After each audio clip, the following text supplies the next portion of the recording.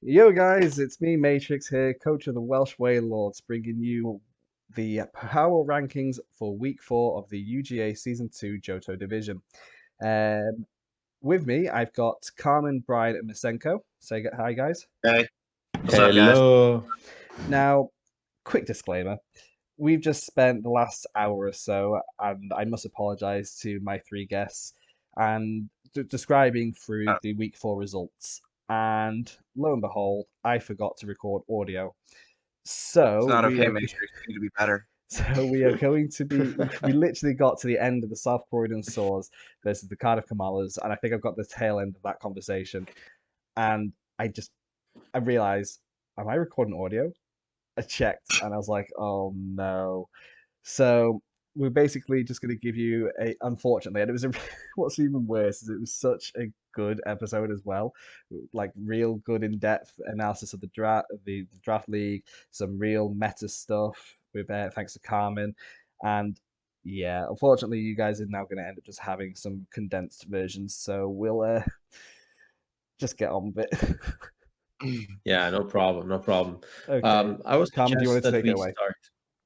Yeah, no problem. I think we can start with the Bavarian Landers. I think the main point from this match was the fact that they had a pretty strong matchup, and something that it was really hard from the unfortunate London Lucaris was the fact that when you have such a strong one like Charizard and Sepline next to each other, they start doing really nasty stuff. And for hard trick rooms, this is super hard. And you would imagine that it is quite easy for just like a trick room team just go for, hey, I'm gonna go for follow me, and then I'm gonna set up trick room.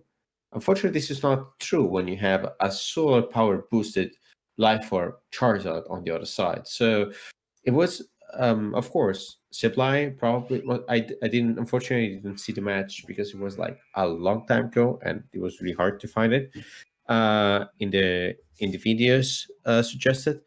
But I imagine that supply had like pretty an easy time with the help of safety goggles, which, let's repeat, doesn't influence is not influenced by rage powder, no rage moves, no powder moves, exactly, like sleep powder, poison powder, and all this kind of stuff. So you can just like taunt the poor Dusclops that was having a hard time. And so yeah, so when I saw this match, I was like, yeah, that's really hard. I mean, Dusclops has like 50% chance, only if like 252 in special defense with positive nature from a jolly Charizard to tank the wildfire. So at one point, when you have such a strong Charizard and such a strong Sableye that can be really annoying, let's put it this way, annoying for a Trick Room team, you don't have much choice and things get really complicated. And of course, you have to respect the strong firepower from Zard. Which then, of course, we didn't forget that the Bavarian Landers had also Urshifu Dark from their side, which hits really really hard. The London Lucaris desktop. So imagine having a choice band uh, Urshifu Dark against a Dusclops. I mean, when you look at the cogs, this is super hard to tank it. You need to be 252 in defense with positive nature. And of course, I mean, I mean, the blanket is unfortunately too short, because if you run Eviolite, you can only spread your one to tank like either one it or the other one. And so for unhelping end, it's basically giving Urshifu the same thing as a choice band, and he can also run that life orb, and then this gets like Hoko on the Dusclops. So this is a bit unfortunate for the London Lucaris, and to me, it's no surprise that the Bavarian Landers were able to play their win condition pretty well. Yep. One last point before we move on. I think something I mentioned was, generally speaking, this from sort of a macro perspective, the Bavarian Landers has a very aggressive team, and the London Lucarios are trying to set up with their team, which is generally like just a losing sort of like play style to the aggressive type of play style. Because immediate pressure doesn't allow you to set up as effectively. Yeah, Yeah. exactly. And unfortunately, the good thing about this Seblai Zard lead is that you cannot fake out Seblai because it's a ghost type. And so, Tell that to my son. Yeah. I guess they didn't get the memo. Yeah. Let's just move on to the next one, I think. So Yeah. the Oshawotts versus the Somerville Scraggies, 2-1 win for the Scraggies, Yeah. and it was a game of turn ones. Yeah. What do you want to say about this, Matrix? I think the crucial part of this is that game one, fine, it went how it went due to how you'd expected game one to be if you gained information. Game two, I think the Scraggies got outplayed by the Oshawotts adaptation to to how game one went. But then game three, I think we all agreed it wasn't the game we wanted to see. Yeah. Because I mean, all three games, yeah. it was the exact same lead with the exact same game plan. Beat up into the justified mons and sweep from there. There wasn't much variety in the game plan from game to game. Yeah, but I don't think it's about the being different from one lead to another. I think it's the important factor in this game was that okay, so we call it the set of the turn one plays because of these plays that both players made like turn one, and of course they had redirection and they didn't use it. And I think this was really fun enough, right? So what I was thinking when watching at this game was, first of all, I mean, we all know the speed tiers of those two mons. Arcanine is lower than Cobalion, and the only way that Arcanine to outspeed Cobalion is in Tailwind. And so this is what happened the game one, right? So game one, Cobalion just didn't take the hit from actually Arcanine exactly. Arcanine didn't tank the hit from the Cobalion, that was a +4. But then game two, Arcanine, so our friend from the Oshawotts, just played safe. So it was like Max Guard, Tailwind, beat up, Max Flare. And I know that Tyler also that Tyler also that did pretty well in the Skulk. So it was like, okay, I need Okaberry to tank the hit from Arcanine. Unfortunately, he forgot to have the Life Orb in Skulks, and this kind of messed up the wall calculation that then became unfortunately pointless for the Scraggies. So given those two games, was like, okay, one of the two has to adapt. And of course, I mean, when you see both leads, say, okay, that's interesting. But then you're like, okay, what's happening now? So from my side, the Oshawotts had to go for the Max Guard turn one. And I'm not saying this just because, okay, you watch the VOD Carmine and it's easy. It's clear, right? It's a better play. It's a winning play, actually. But I'm just saying this because I really wanted to see a safe play game three so that you don't straight up lose from something that can be called a safe play from the opponent, right? So from the opponent, from Tyler, was so free to just go for max rockfall, and he was like, you know what? If you max guard, it's fine, but I cannot risk you not max guarding, because if you don't max guard, I win turn one. And this was really smart from the Scruggies, and I really like the approach. Say, hey, for me, this is a safe play, and this is what I'm gonna do. Mm-hmm. So, yeah, I think this was.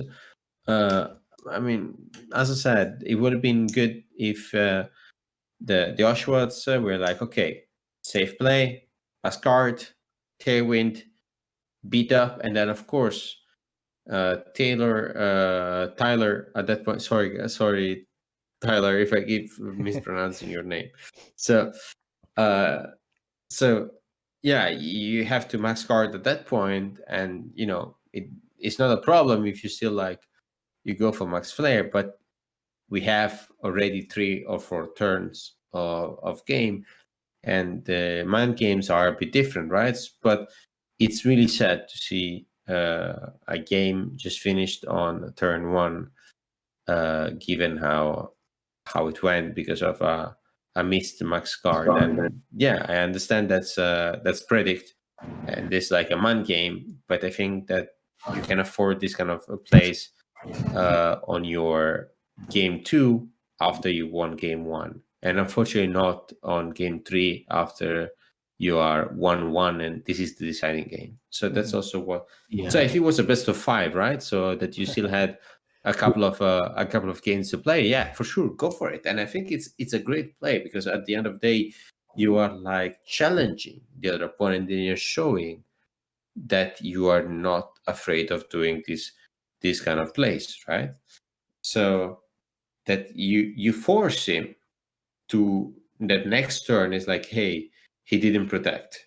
Will he protect now? And then at that point, you don't protect again, and you take off your opponent. But this is for instance, I said a best of 5 scenario where you still have other games to play, and you can still do the safe play later, or you can lead something else. You can have some other mind games, but you don't lose game 1. So you don't lose the whole set out of a game 1 wrong prediction, or Yeah, and I think that's so-called risky move. Yeah. Yeah. In general, you don't have to take risky moves, and I think we highlighted this already.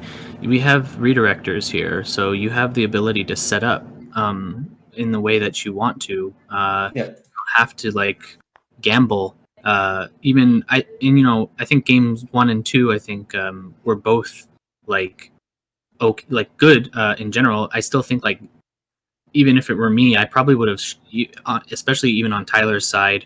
But also potentially on the Oshawa side, I probably would have like changed it up a little bit and like gone for a more slow, methodical play to get myself into a position where I can take control of that momentum and not have to like front load all of that into turn 1 and hope for the best. You know what I'm saying?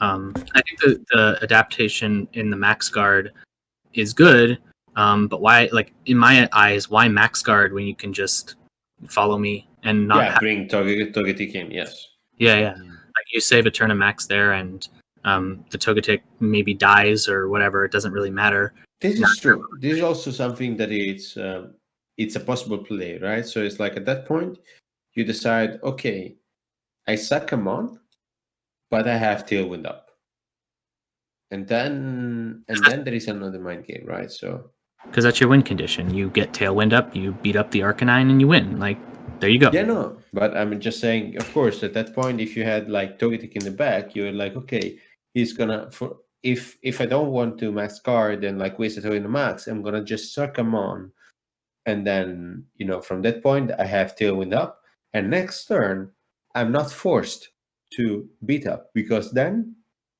I can also Dynamax and maybe I don't know, go for Max Steel Spike if I have it, and go double into what was it, the Dark Lock. And then attack, and then go for it, right? So it's like at that point, maybe the opponent max guards, and then you have the momentum on your side, instead of their side, even though at that point they wasted 2 turns of max, and then you still have like another 2 turns of max with Arcanine maybe at +4. And so yeah, of course I agree with you that it is a mind game. And it's as Matrix says at the beginning, it's not the game tree that we wanted to see, and I think it could have been a really interesting game from both sides. But yeah, it is what it is, and we're just hoping that from the Orlando Oshawots will punch back from this loss, and next week they're gonna do better. And of course, we wish for the Scargis to still keep doing the safe play when needed. Yeah. One last point that I mentioned when we were not recording. I think that, or I guess we were recording, but muted. Yeah, it's fine. I think the Scraggy, not the Scraggies, but like true. Pokemon Scraggy would have been a decent bring here for Tyler. Even though you won the set overall, I still think like a couple things could be better on his side, and I think like being able to have that access to fake out against a Whimsicott is like super crucial tactically. So that's just one thing I wanted to mention. Something to example. For example, a turn 1 play could have been a fake out Max Steel Spike, so that you raise your attack and the Max Lair from Arcanine is not hurting as much, and then you can go for beat up next turn, or you can still do other things the turn after. Play, you deny Tailwind and you break Sash all in one, so it's just like a really nice altogether. And you have the Akaberry on your Cobalion, so you don't really care about the Arcanine as long as you deny that Tailwind and get in position, and you're good. Yeah, exactly. Cool. So that was that match. Obviously, we can't talk about a game that's yet to be played, which is the Charlotte Beedrills versus the Lily Cove Lycanrocs. I think it's just real world stuff. It's hard to schedule these matches sometimes, so is what it is. Hopefully, we'll get to see it by makeup week. So excited to watch that. But we move on to the Aggie/Blades and the Merseyside Marowaks, which was a 2-1 win in the Blades' favour. I know Carmen had a lot to say last time, and I'm really sorry about that again. It's fine. It's fine. Hopefully you can enlighten us with some of what you said. Yeah, so this is like a set that I was watching like before starting the record, so I have like this quite vivid into my mind, and especially because I think, I mean, of course they are like the Merseyside Marowak are actually starring one of my favorite Pokemon, Marowak, right? So unfortunately the Alolan version instead of the Kanto, which is my favorite one, but it's a Marowak, and it's still a super cool Pokemon. And when I was watching at this set, I was thinking in my head, it's like, hey, when I was watching a game 1, I was thinking in my head, oh, this is the game that the Merseyside Marowaks, they are winning. And then when I saw that after setting up Trick Room, the Marowaks, they brought in Blastoise, I was a bit concerned on the reason why. And because for me, okay, putting the Blastoise, even if it's min speed, it's not a big mistake, right? But if you have, this is true if you have something else in the back. But if in the back you have Marowak is waiting there to get in and just like nuke things. It's like it's there, and he wants to start taking those huge 1-hit KOs that he can take. And on the spread of the Marowak, you don't have to go crazy. You just go 252 HP, 252 attack, Adamant or Brave, depending on what you need, and you just roll it. And this is going to be one of the best Marowak split that you will ever play. And as I said, I mean, I also saw that they had also some coverage as third move. That is also something that you play on Marowak. But, this stab, even though you were in rain with Politoed, they were still doing a lot of damage. And I think something that I learned playing Marowak is that if you just click the stab with the tick bone boost, it's gonna do massive damage. It does so much damage. Exactly. And you remember when we were doing calcs on my Marowaks Oh my from Jesus. Canada. That thing And scares me. exactly. And when I saw that, okay, it's fine also to if you, I mean, when you bring Marowak, at that point you have the safe play of just going for Spore into the Politoed and then eating the Scorch that at that point has to max card or do something else. But that's safe, you know. It's a safe play. And if when we see that the Scorch like takes the Max Kaiser in rain from Blastoise, I personally I am a bit surprised, and I'm like, okay, then probably it was not the best scenario, right? Because I thought that the Marowaks actually calced this or did this calc, and of course probably they thought that they would have killed in rain, but yeah. So you know, Max Phantasm is one of those max moves that it helps the Pokemon that is getting Dynamax to actually get one KO after another, because being a physical mon, you drop the defense and then the other kill, it gets easier and easier to take. It's why Galarian Moltres is so good. Exactly, because same it has thing with Max Dark. Darkness that is dropping the special defense, and then you're hitting even harder with your stab. And this is also what happened in this game. And so that could have happened in this game actually. And so I was quite sad to see that they lost, and they get like for me the turn one that they had, the Mercenary Marowak had on like game one, it was the perfect turn that they could have expected. And I also understand why the Aegislash would go for this Gmax Sentin. Okay, the Gmax from Sentiscorch into the Porygon 2, because they were hoping to not kill there. But then they get like the burn with Scald, and they get the residual damage, and the Porygon goes down.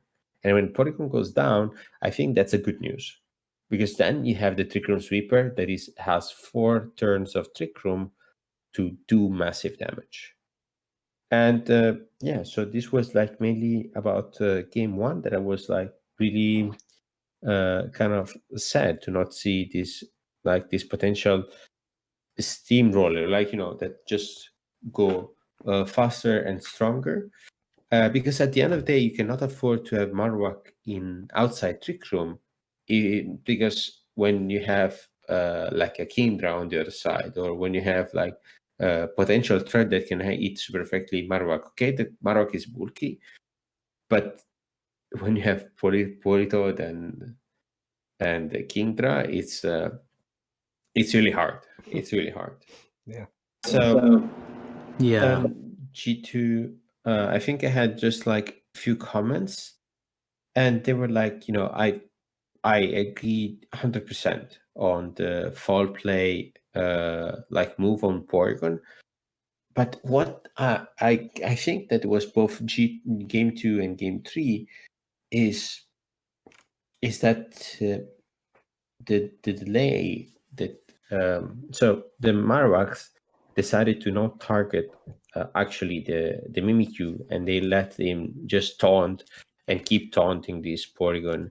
And something that I was like also thinking about is like, when I saw the lead from game 2, I was like, wait, why did he change lead?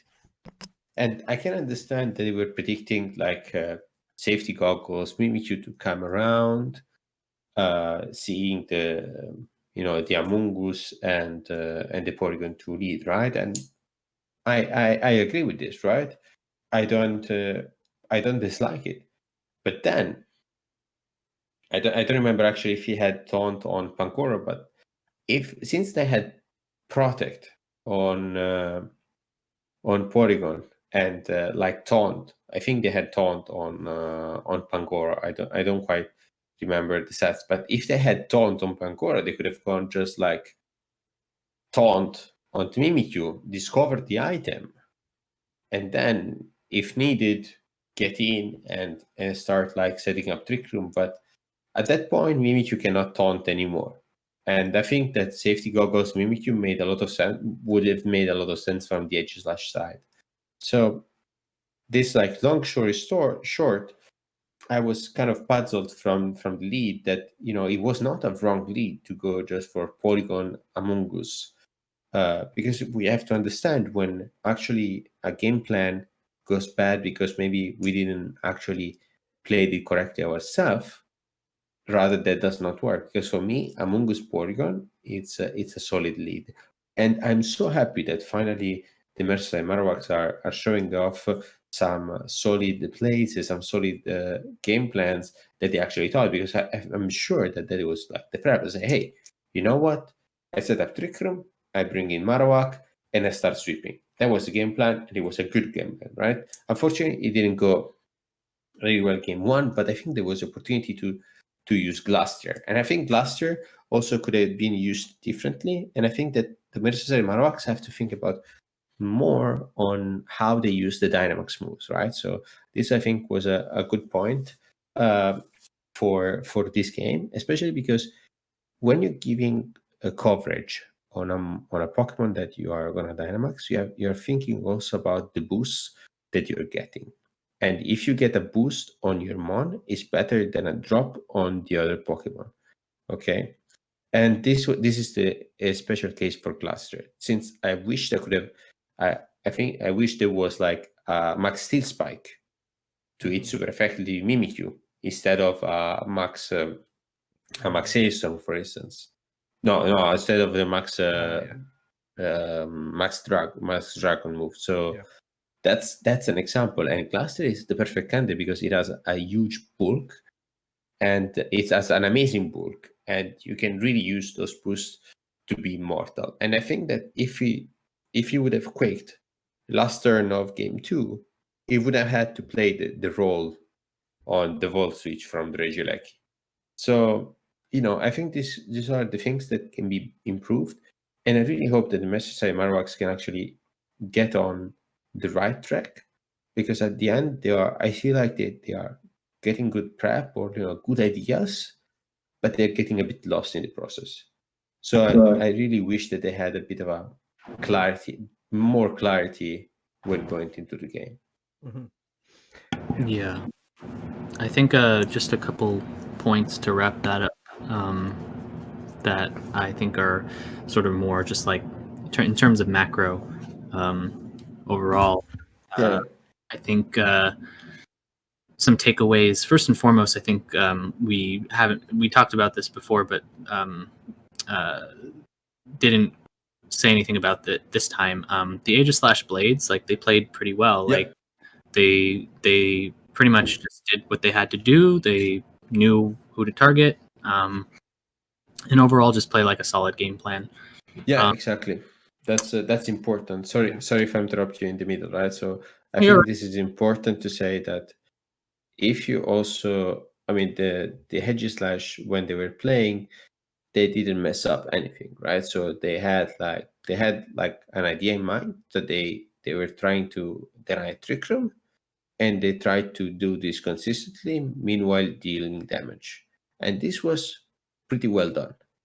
And yeah, you agree, because it's like, if you have the tools and you play good with your tools, it's really what you have to do, right, to win a game. And if you just do this consistently and every turn you don't do like the pro player, you do this huge predict, but you do like the safe play and what you're supposed to be doing in that situation, then you win the game. If nothing crazy happens from the other side or the other person starts predicting and play just a better game, right? So yeah, you're definitely right. This is, I think, an important point, that it also shows that the Edges / just played a good game overall. Yeah. And one last point, and I'll pass it off after this to Matrix or whoever else wants to speak. I think at least my biggest takeaway, and I think the biggest takeaway that the Marowaks should take from this, other than some specific micro plays that they could have done better, such as like the max move selection, whatnot. But I guess this is also relevant to that as well, as like identifying the win condition for you and your opponent, right? And like playing to that.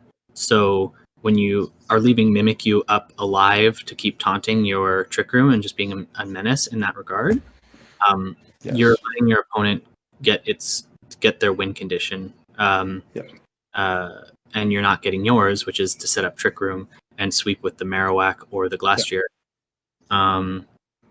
So like just being able to say that, like, okay, and I think this factors into a lot of the decisions that was made, like a different lead game 2, like is, once again, I think this is besides the specific types, like the types of moves that you're using and whatnot, like just in general, you know, you want to get that Trick Room up, so you want to get a Trick Room Mom out there, and you want to get some protection for that Trick Room Mon. So, you know, stick to that, right? Like, don't or, you know, change it up a little bit, but always make sure you're playing to, you're following the game plan. Yes. Yeah, exactly. Because if you're just leading like what Glastrier Pangoro, well, where's the Trick Room? Why is Glastrier too early? You know, stuff like that. Exactly. You can bullet punch and like KO whatever you want, but you're not like, I mean, your opponent would not be there and let you like proc your weakness policy or whatever you have in the Glastrier. You know, you will for sure target it and try to do as much damage, and then you don't have the longevity on this Dynamax Mon that you know you want to have, because, as I said, that strategy for those bulky mons is Trick Room, and they want to like attack first, and of course most of the times wins who attacks first and harder. And if you let your Mon take a lot of damage, then you cannot use the Dynamax factor as well as you want, and you end up losing. So yeah, this is an important point. Identifying win condition, I think it's also one of those things that we're going to see also in the next matches that we're going to talk about. But let's see if also Matrix and Bryan want to add anything on this match. No, I think you talked about everything really. You've even included. Did you include about the scouting for the items and stuff? Yes, this is this is also something that I was thinking. So when you're playing, so this applies for game 1. When I was looking at the Message Marowak, I was puzzled a bit because they had the opportunity to scout for potential safety goggles, right? So to try and see, okay, the safety goggles is not on the Centiskorch, it's not on the Politoed, it's not maybe on the Hindra, it's not on the Regieleki. Where is it? Or is it somewhere? So something that actually I start learning, and I learned, I developed as a player also thanks to this, and I won games thanks to this, is like when I lost, and this is also something, one of the advice that gave me Paul Ruiz, is like it's also a world champion, and he told me like, hey Carmine, you also need to think about that, you know, when you lose a game, you have to think about what you're gonna do next game, right? And 1.5 minutes is not enough to identify your win condition if you're like taken by surprise by your opponent, the moves and the moveset, right? So what you do is, like, even if you lost, you have two things to scout: how your opponent is playing, okay, so if it's predicting, if it's the type, so you are trying to scout how is their play style. And then 2, you also have to scout the items, and you have to scout for the move. So for instance, you have to scout, first of all, the player, how is he playing, but this is, I think, a bit something more advanced that you get to understand the more you play best of threes. And then but the item is fundamentally in a draft league, because you need to understand where is what and how actually what's the damage, right? So if the damage is the one you expected, it's not what you expected. But on the other hand, if you lose the match, don't forfeit. Of course, we don't do this here because it's hard for the kill counts, but just try to keep it your time. So you have 45 seconds at the moment with the actual timer. Use those 45 seconds to try to think about a new plan, and you know that you're gonna click protect, or if you know that you're gonna use the other move, and then they're gonna kill you and you have protect, click protect. This gains you another 45 seconds to think about what you're gonna do next game. And of course, some players might see this as a kind of a bit of a taunting, oh, you're kidding, right? This is not something to joke about. It's something serious that you're just trying to gain and scout for abilities and stuff. And of course, I mean, when you're lost and you are 1-against-1, it's hard to scout for things, right? So you can scout for a bit of the damage calc or rolls, but it's important to think about the game plan. An example of that scouting is before. Yeah. Yeah, an example of that was actually during my game. One, I was faced with in the end game. I was faced with a Suicune with my Venusaur, and instead of just one-shotting it with the grass move, the grass stab I had, I just kept spamming Earth Power into it because that's the only move I had showed to my opponent, so I didn't want him to know whether I had like a whatever grass. I mean, it is clear that Venusaur has a grass move, right? But like one, who knows? Like maybe that's relevant somehow. Maybe I don't have a grass move for some reason. So I don't want to give him that information. And not to mention, taking it slow and like maybe he makes a mistake. Maybe he gives me more information than he needed to. Maybe he uses a different move on the Suicune that whatever the fourth move would have been, etc. So, and it's really funny because when I showed it to my girlfriend and my roommates, I showed them the match. They were like, "Are you trolling him by just not killing his Suicune?" And I was like, "No. There's a reason for it. And that's important." But I think we can also talk about this later when you do that exact play followed by another one that I think it was really good. But I think this is on the scouting. I think this is something important. I mean, scouting, and also then next to it, it's also stalling, right? So I think we're talking about this on the following game. Yeah, so I'll move on to the next one. Yeah. So the Chrono Colossals versus the Southeast Luxrays. And it was a nice win for the Luxrays. However, as we're going to talk about, stalling. So somehow the Southeast Luxrays, after plowing through, was it Porygon Z, it maxed Porygon Z in DD female, and I believe his last mon was what? Morlul. No, I was thinking what his third mon was. Something else. I think it was Colossal. It was Colossal. Yeah. Southeast Luxrays have a 4-mon advantage against a Morlul, and somehow this Morlul gave him the runaround. Yeah. Do you guys String tapping, sporing? What else did it have? Giga Drain. Moonblast. Moonblast, yeah. So I think Morlul is one of those mons that you need to deal with it as soon as you can. It's one of those mons that you have to see, okay, how can I one-shot this thing?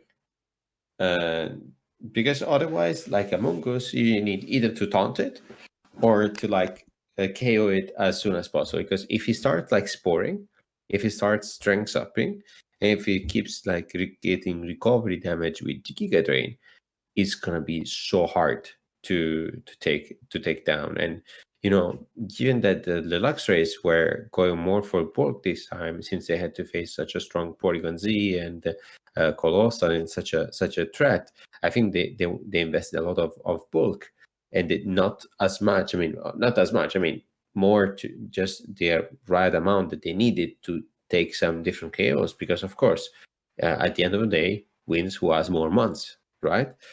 And so you don't have to let your opponents die. And this is what Bioptic took, and I think it was a good learning.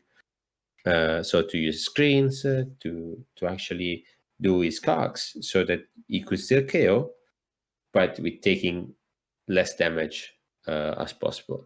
But the problem is that when you have this wall as a Morlul, and you kind of don't understand that you have to a way around this is like Ferrothorn, right? So Ferrothorn is like one of those. It's one of those Pokemon that it's famous for being stolen, right? So Ferrothorns and Porygon 2, they're Pokemon that are stalled and they stay there, and they keep spamming those 2-3 moves, then they recover.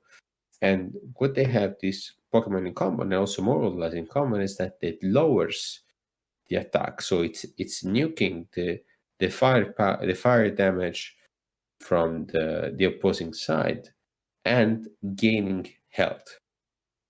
And then attacking, and even if he doesn't have a lot of attack, he's still doing damage that unfortunately Bioptic cannot recover as easy. And I think he did a couple of misplays by not like putting out his Rillaboom and bringing it up, because for instance, for the giving back the aggressive terrain, what he can do, first of all, he gives again more health to his Pokemon, since this Morlul does not so much damage, right? So he can keep gaining health and he can keep switching around. And as soon as he can keep switching around, this Morlul is not able to take any kills, and then the timer runs out and you win out of timer, which is an important win condition to take in consideration in Pokemon. Agreed. Yeah, sorry. So I just to reiterate a couple things that I said before. I guess my biggest takeaways were a couple things, and this is pretty important. Sort of like fundamental VGC stuff, right? Yeah. When you have a wall, when you're being walled, you know, the reason you don't see those type of Pokemon in doubles, whereas you see them all the time in singles, is because of something called "all my friends are dead" syndrome. Yes. So what you do is you basically just let them sit there and wall and do whatever the hell they want. You just kill whoever their ally is until they're the last mon. And you saw that's exactly what happened in this game, whether that was intentional or not, right? It was a 4v1 at the end there. And then you can kind of just like, you know, if you have the ability to double into it, that generally kills it, which is something you can't do in singles, right? That's how you get a lot of KOs on these walls, is you're able to hit it with something super effective, just like twice with like in the same turn. But more importantly, like you mentioned, just like letting the game go to time, you win that because you know you have 4 mons and they have 1, and we talked a little bit about sort of like the calculation behind who wins in a timeout.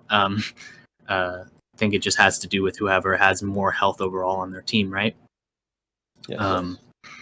So like basically just understanding that as a win condition. I don't think that's something that Bioptic did. I saw him like, you know, I was sort of like screaming at my computer while you know the 60-second timer was going down, and he's still clicking moves.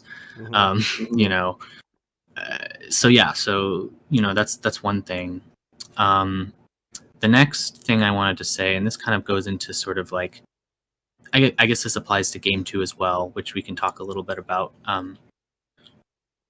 I think that I think that based on what I saw, this game really highlights sort of the weakness with the Colossals team, which is specifically that you have some type, sort of like you don't have enough type diversity of a couple normal types as your max mons, and you always want to max them, right? You're not going to have a Porygon Z unmaxed. You're not going to have a Tauros usually unmaxed that much. You're not going to really have Colossal unmaxed that much, even though you can like do some fun Meteor Beam strats with Mental Herb or Power Herb, right? Regardless, you see that like once you're done with those max, if you haven't taken advantage of all of your turns, if you haven't put Porygon in a position where you can just Hyper Beam something and win, like then you lose, right? Because you don't have the sort of like infrastructure coming in from behind once that max is done to take advantage of what you've set up. And so being over reliant on that kind of a strategy over these like sort of like combo strategies with like just 2 mons really hurts the team if you can get past them, right? Like you don't have like a backup plan. That's sort of my takeaways from the match. Yeah, I get that. I think he needs to figure out a way to make his modes more consistently work and kind of knit together the team in a way that he can play a little bit more out of position and recover from it.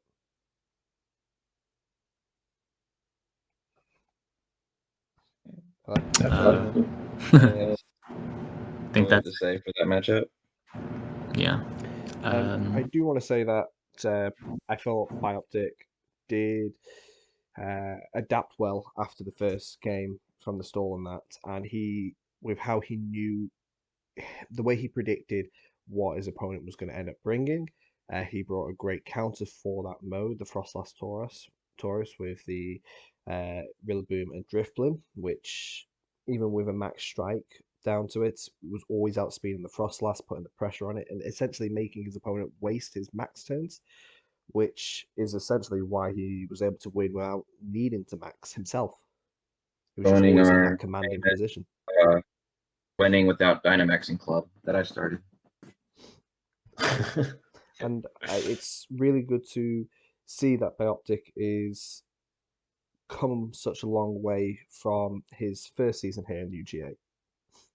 So yeah, completely agree. I think he's I'm very proud of him. I think he's really improved a lot over the course of these 2 seasons so far. You already see he has a really good team, and he's learning it and playing it well, making good decisions. I think one play in particular that I highlighted before was when he was sort of like being indecisive during game 2 about what to do with Drifblim on one turn, and he gets this intuition to Tailwind, which was the correct play, and I think that speaks volumes to like his ability I think he has a good intuition as a player, even if he still makes some mistakes here and there.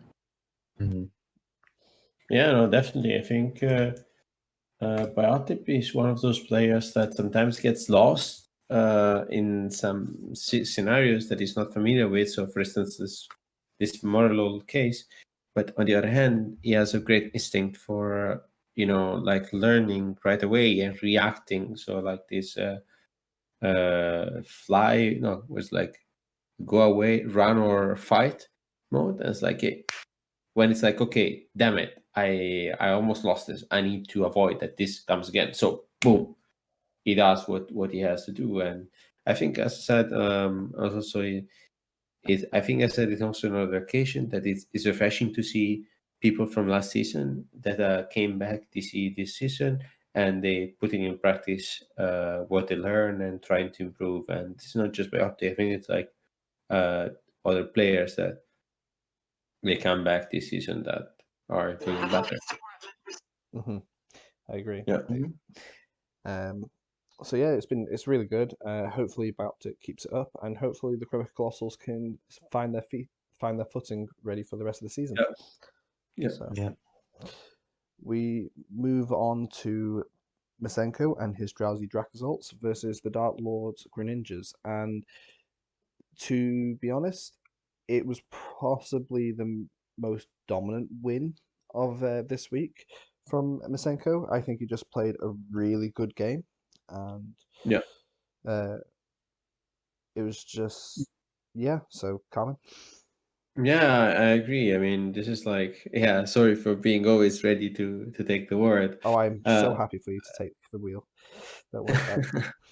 No problem. And so, I think that when it comes to Masenko, he was like playing a really good match. And as was mentioned before, I think that his also Max Wake plays were really good. And also something that he did, it was like, okay, he realized that the opponent was brought a really special special attackers team, and he used this to his advantage and kept like max quaking everything. And of course, I mean, we can talk about the fact that he predicted that the Incineroar would come on the other slot and whatnot. But I think that was like he was playing a safe game. He was playing a game that was like, hey, you know, what do I lose if I attack this one? Do I really need to take the kill here, or I can just start bulking up?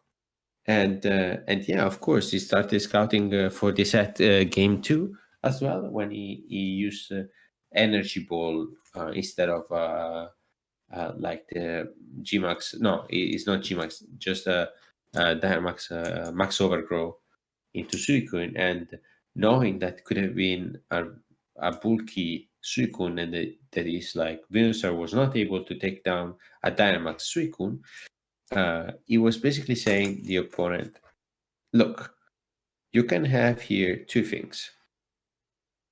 Either you get rid of my son, and you have to attack my Ninetales, which for me is fine.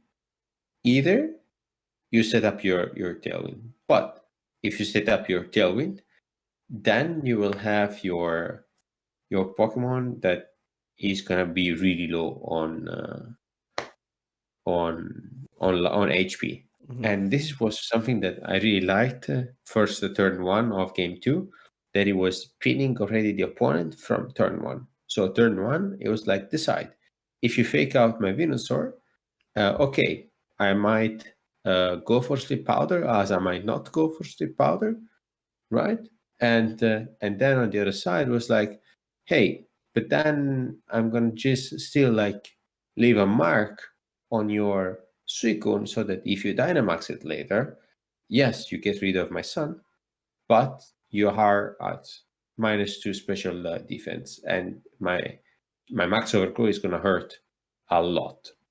And so I think this is kind of the place that it's are at the same time safe place, that you don't lose anything, but on the other hand they are really well done, because then he was keep boosting his special defense, and Incineroar was not applying any pressure. And I think the problem was that the Dark Lord Greninjas maybe are a bit newer to the games, and they don't know that in VGC the reason why the most used move on Incineroar is Flare Blitz is because it's really hard into Venusaur. And of course, I mean, Incineroar has this thing of having the attack naturally higher than a special attack. But the thing is that, for instance, in a meta, in the moment in VGC, Sun Core are really popular. So Ninetales Venusaur, Torkoal Venusaur are really popular. It's important to have an Incineroar which hits really hard. And there is like Kutesh, that is like a famous VGC player called also Amstermania, that he suggested to make your Incineroar a bit offensive. So like 156 attack, not EVs, but the actually stat 156, so that in Sun you can take the KO on the 1-hit KO on most of the Venusaurs out there. And then, of course, with your spread, you can still like make a bit of special defensive bulk. And of course, this is now the way you build like the safety goggles Incineroar, so that you cannot take Sleep Powder, and you can just like fire this huge Flare Blitz under Sun. And I think it was like a funny calc that we also reviewed back then, when you were doing the VDL league, I guess. It was another league, by the way. So it was, which Pokemon was that? Was It was Magmar? Magmar, yeah. So I had Yes. Magmar versus a matchup with a Venusaur, Torkoal Venusaur, and we decided, well, at first we thought special Magmar, obviously because the special attack is higher, and we thought an overheat. But then we looked at the actual calcs and we thought, hang on, Flare Blitz here could possibly, from a Magmar, could probably do more. And when you actually get into the calcs, yes, Magmar's attack is a bit lower than the special attack, but the difference in Venusaur's defense compared to its special defense meant that a flare blitzing Sun from a Magmar with the right attack investment could basically one-shot a Max Venusaur. Yeah, which I thought it was like impossible, even because like Overeat it's the same like it's the same Base power. base attack, base power, but first of all you can miss, and this is something that Yes. we don't really like. Totally. And then second of all is that you fell a bit short on the KO, and I think it's a bit of a role on a Dynamax Venusaur, because we're always talking about Dynamax Venusaur. Yeah. And yeah, that's I think that was also interesting, and this is also due because you need to know that the difference between the special attack in Magmar, special attack and attack, it was less than the difference in defense and special defense from Venusaur, because guys, Venusaur it's quite a bulky mon when it comes to the special defense, and Masenko in this week showed us quite well mean, it was tanky. how bulky can be. Yeah, Managed to tank Blacephalon in Sun. Yeah. Which is a massive job. Yeah, and another thing to point out is, we were talking about scouting and information and using it to your advantage. When I saw, obviously, part of the reason I was making these predictions about the Incineroar switch-in was recognizing that my win condition was to kill Venusaur or to kill Incineroar, right? Even though the set they brought wasn't that threatening, I don't know that, right? So I have to play around the Incineroar like it is going to kill me, right? Exactly. But once they revealed, Snarl and Heatwave and whatever. And this was game 1, right? Yeah, game 1 you led with Klefki because we knew, you knew actually that like Reflect plus Dynamax Venusaur was never killing, even in Sun, but at the end he didn't have Sun, you didn't have Sun, so you would have tanked this easily in case it goes for Flare Blitz. Yeah, and so with that information, I now in game 2 I feel super duper confident to lead the Venusaur and the Ninetales and just immediately put that pressure on to his side, because I'm not being pressured as much anymore by him, right? I know that my Venusaur can outspeed Blacephalon. The only issue is, the reason Blacephalon is in this case worse than the Incineroar is it's a special, right? Even though he went special Incineroar, generally speaking, I'm expecting it to be physical. But not only that, it's a lot weaker, like in terms of its bulk, right? Yeah. So like, Incineroar is a very naturally bulky Pokemon. Yeah. So I can't like. I honestly felt like that Incineroar could have been a good Dynamax if it was like physical. Yeah, that's what I was thinking. Like, I think he could have easily done like a weakness policy Incineroar inside with Tailwind, like with the Suicune. Like that would have been nasty. Nasty, yeah, absolutely. So a little bit of a misprep on that side of things, especially bringing such, like, he was bringing a special Blacephalon anyway, which to be fair can do some big damage to a Venusaur because of it is got it's the strongest special attacking fire type. But you've already got one of the strongest special attacking fire types. You don't need to bring Incineroar as a special fire type. You might, especially against a Venusaur team. But hey, mistakes happen. So, should we go forward? Yeah, let's do.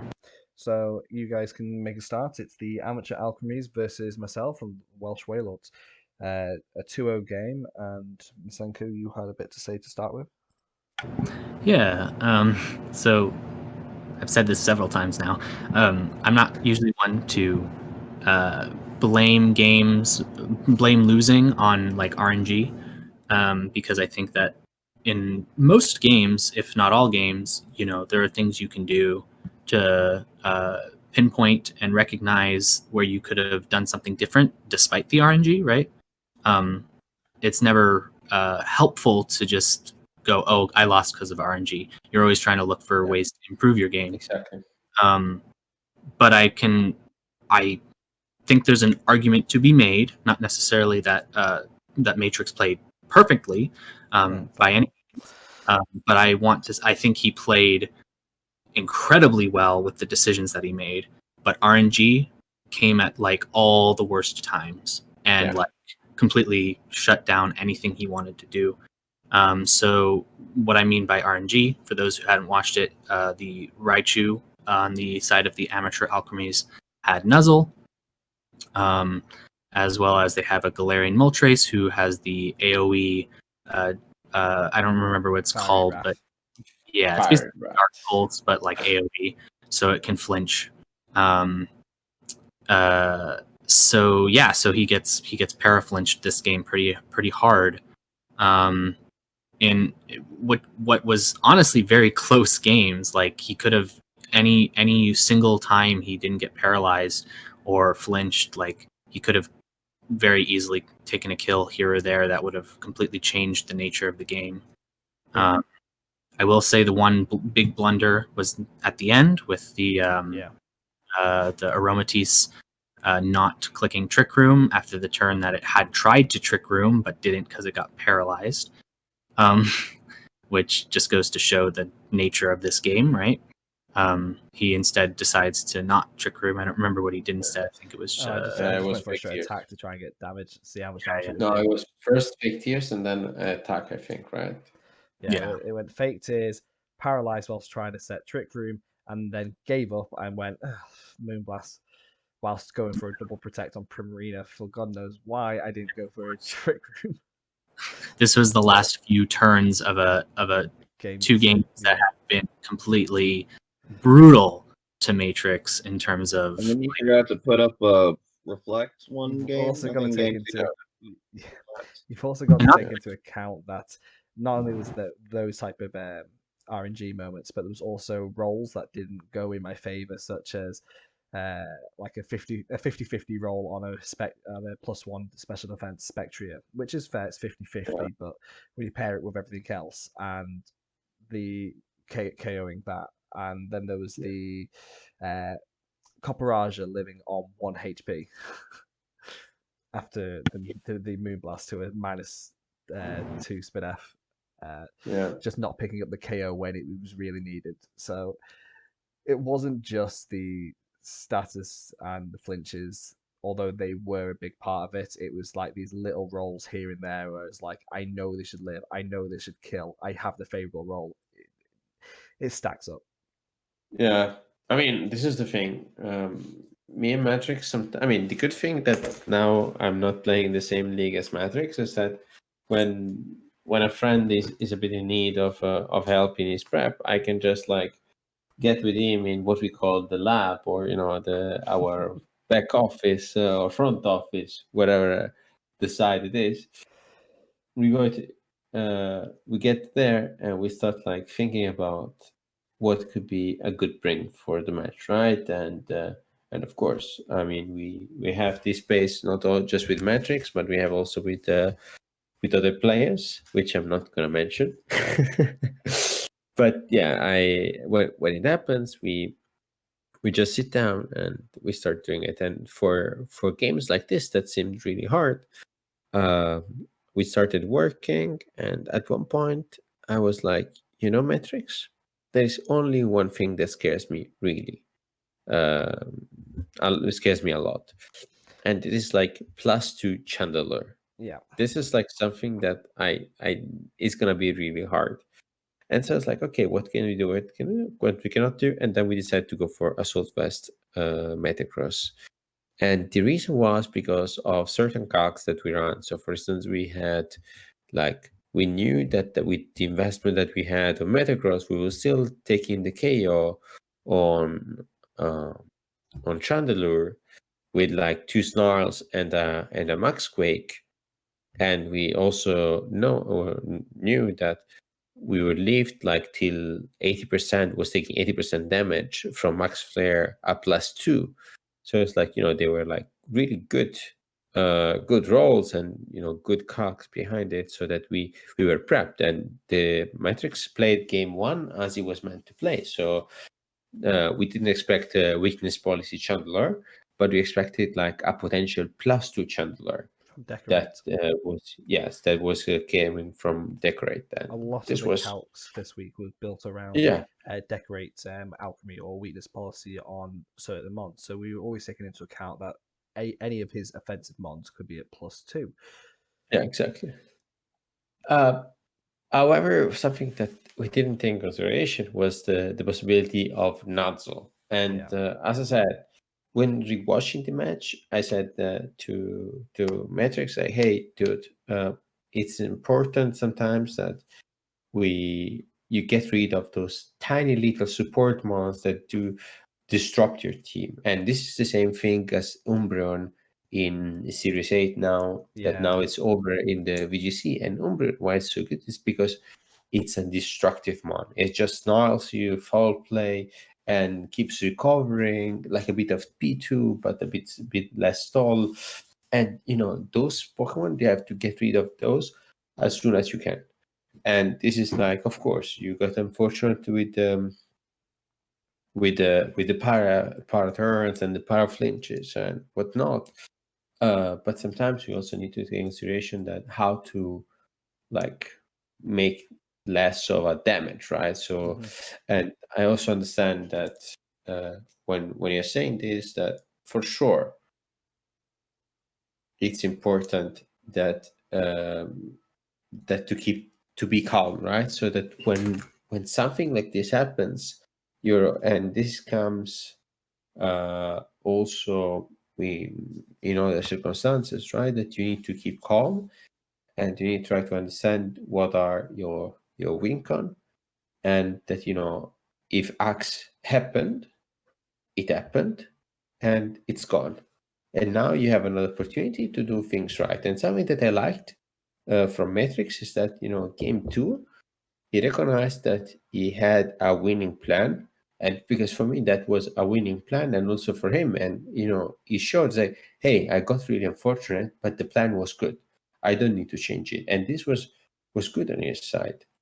What happened is that, of course, when he saw that all his team he kept getting paralyzed and flinched, he kind of forgot the bigger picture, right? So, for instance, that for him it was important to have the speed advantage, and so he just needed to reset Trick Room and keep shutting attacks with Aromatisse. That Aromatisse was built also with a tiny bit with special attack to also use these fake tears. And so we did like quite bulky mons that still can do some damage. But at the end of the day, of course, you also need to click the right moves, and this was the first thing. And of course, when I saw the match, I say, hey, Matrix was unlucky. But what can you do about it? What you the only thing you can do is like you can try to get yourself in the situation to not get unlucky, like to avoid Raichu a little bit sooner. Exactly. For me, that was the first comment. I didn't comment like, oh, how unlucky he was. Like, hey, this was clear. But I say, hey, next time think about because at the end, what the opponent is doing something that is legit. To just spam what is called percentages, right? So it's spamming those percentages that at one point they are coming back, and they came back to bite you just in the important moments. Yeah, I feel like the nuzzle onto the Spectria was always going to be more or less guaranteed. There wasn't much I could stop on that side.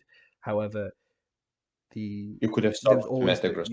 I could always have stopped the Metagross from getting paralyzed, which could have had an impact if I had got paralyzed, but luckily on Metagross I never did.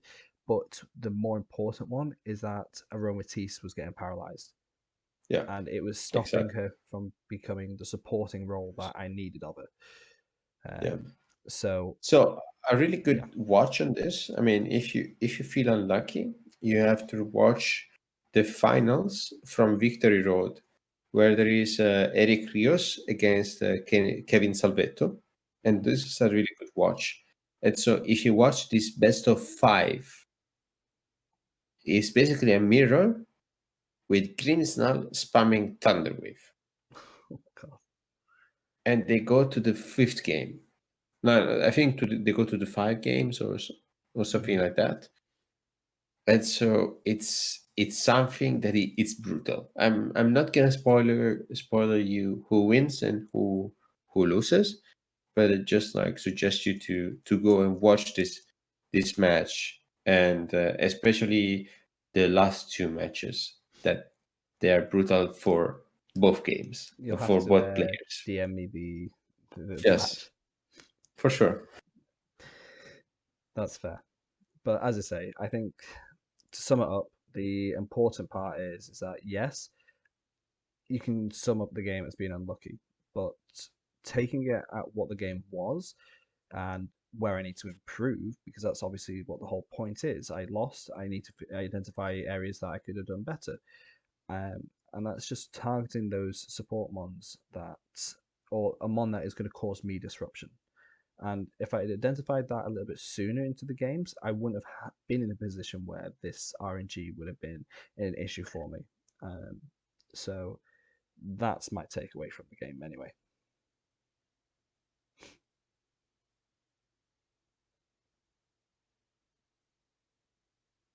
And I think we have only one last left, right? Yeah, we got the one left, which is we don't have the South Croydon Swords versus the Cardiff Kamalas. I believe you had remembered quite a bit from that match because it was one of the earlier matches played. Yeah. So from this match, I think that the Kamalas kept leading Clefairy Dragapult for all 3 games. Yeah. And it was interesting how the Source started playing the mind games from game 1. So it was, of course, this lead where they had Tornadus plus plus Terrakia, and they were using Brutal Swing as a trigger for the Justified ability. But something that it was really interesting was that this Tornadoes was Expert Belt. And since it was Expert Belt, it was dealing quite a lot of damage to the Dragapult with Dark Bolts. So it was basically, I think, the first game, like a Tailwind plus like an attack from Terrakia, and of course, Dragapult focused on Terrakia, then Dynamaxing Tornadoes, and then start spamming Dark Pulse and right and left. And of course, since Terrakion was able to fire off a Steel type move on to this poor Clefairy, it was quite damage. But then game 2, the Cardiff Kamalas understand the situation very well, and they really bring it back by playing smartly with their Dragapult and their Clefairy.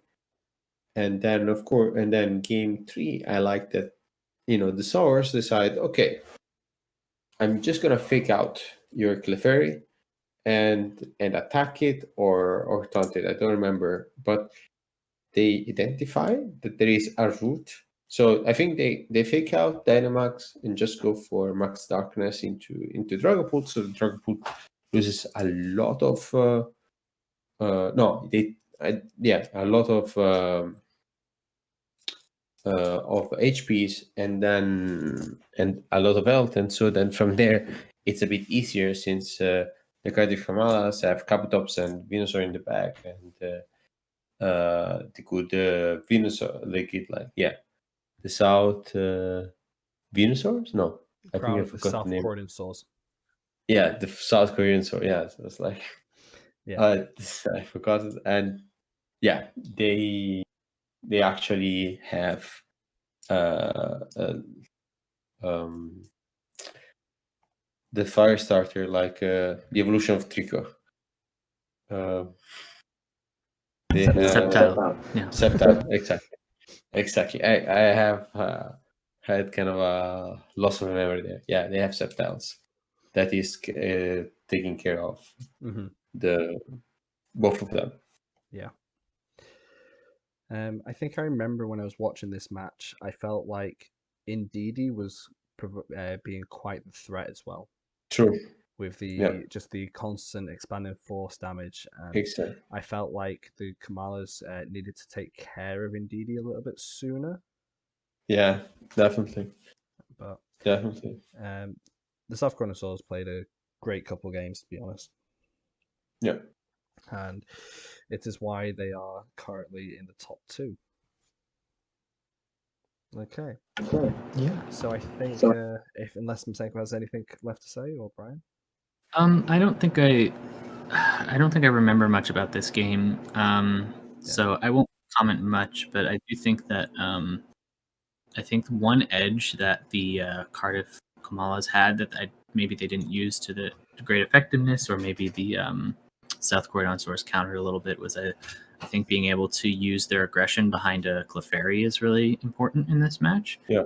Smart with your Clefairy and knowing what it can tank and what it can't, and being able to have it run interference for your carries. Seems like that should have been the main game plan. I don't know if they did that or if they didn't. I know you mentioned they led Dragapult Clefairy.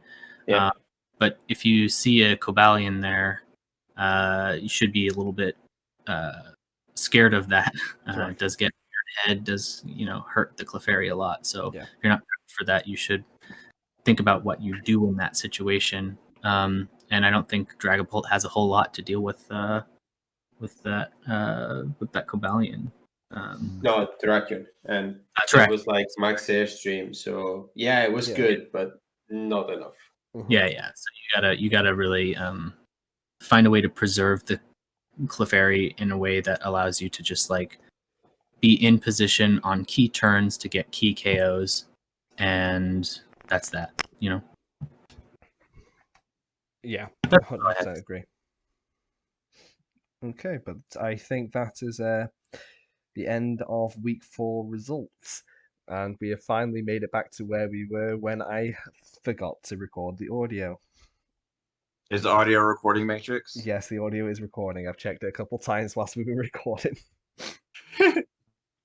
Good. So from there, we just go to the leaderboard, and at the moment we've got the Amateur Alchemies up top, who have moved up into the top spot. That's with a 4-0 record, only dropping 1 set so far, which is the same as the South Korean Saws. The only difference between them both is their kill to death ratio, which favors the Amateur Alchemies at 17 versus 13.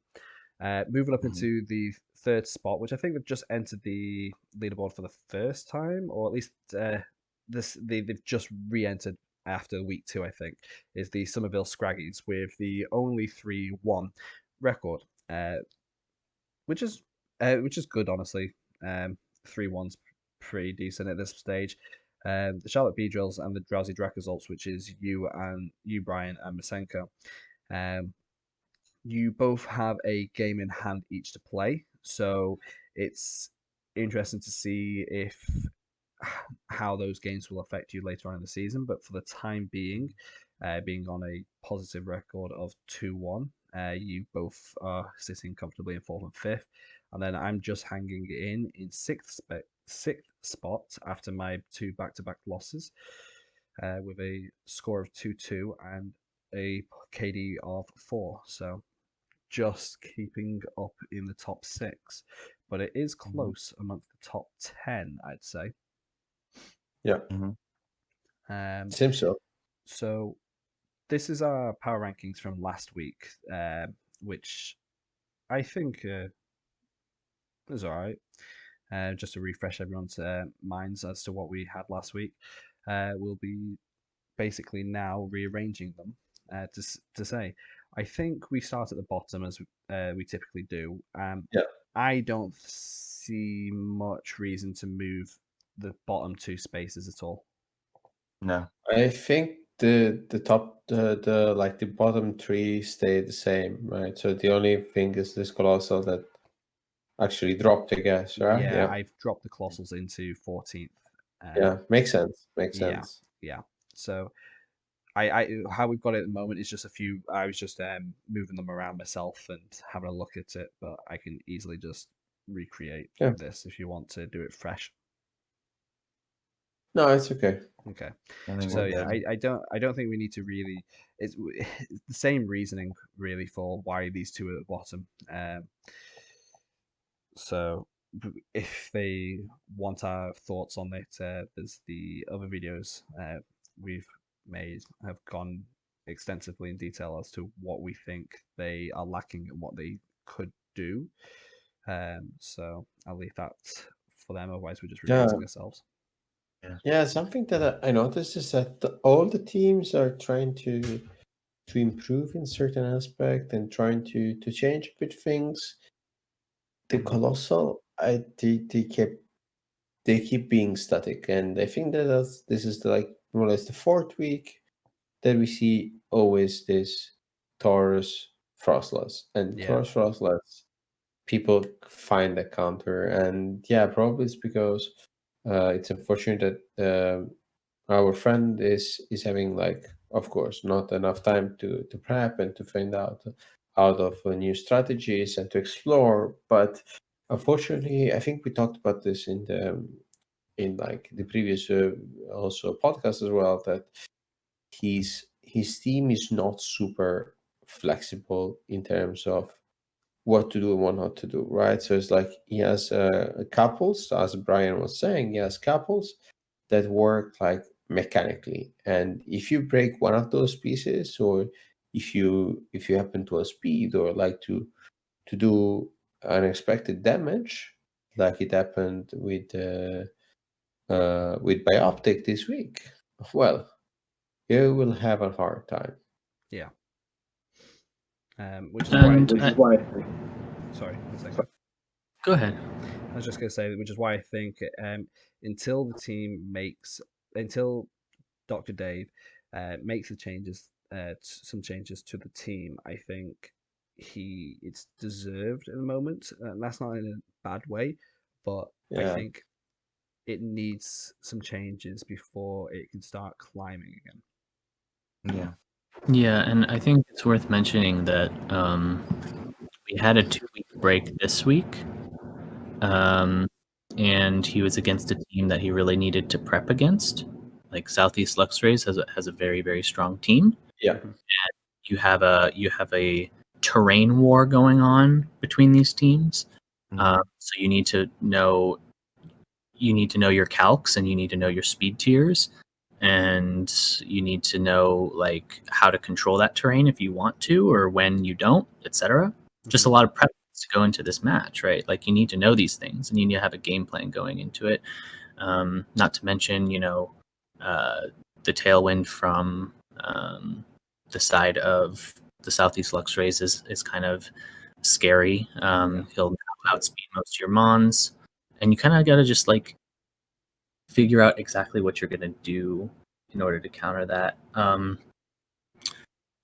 So yeah, you really needed to prep. This was a 2-week time to do that.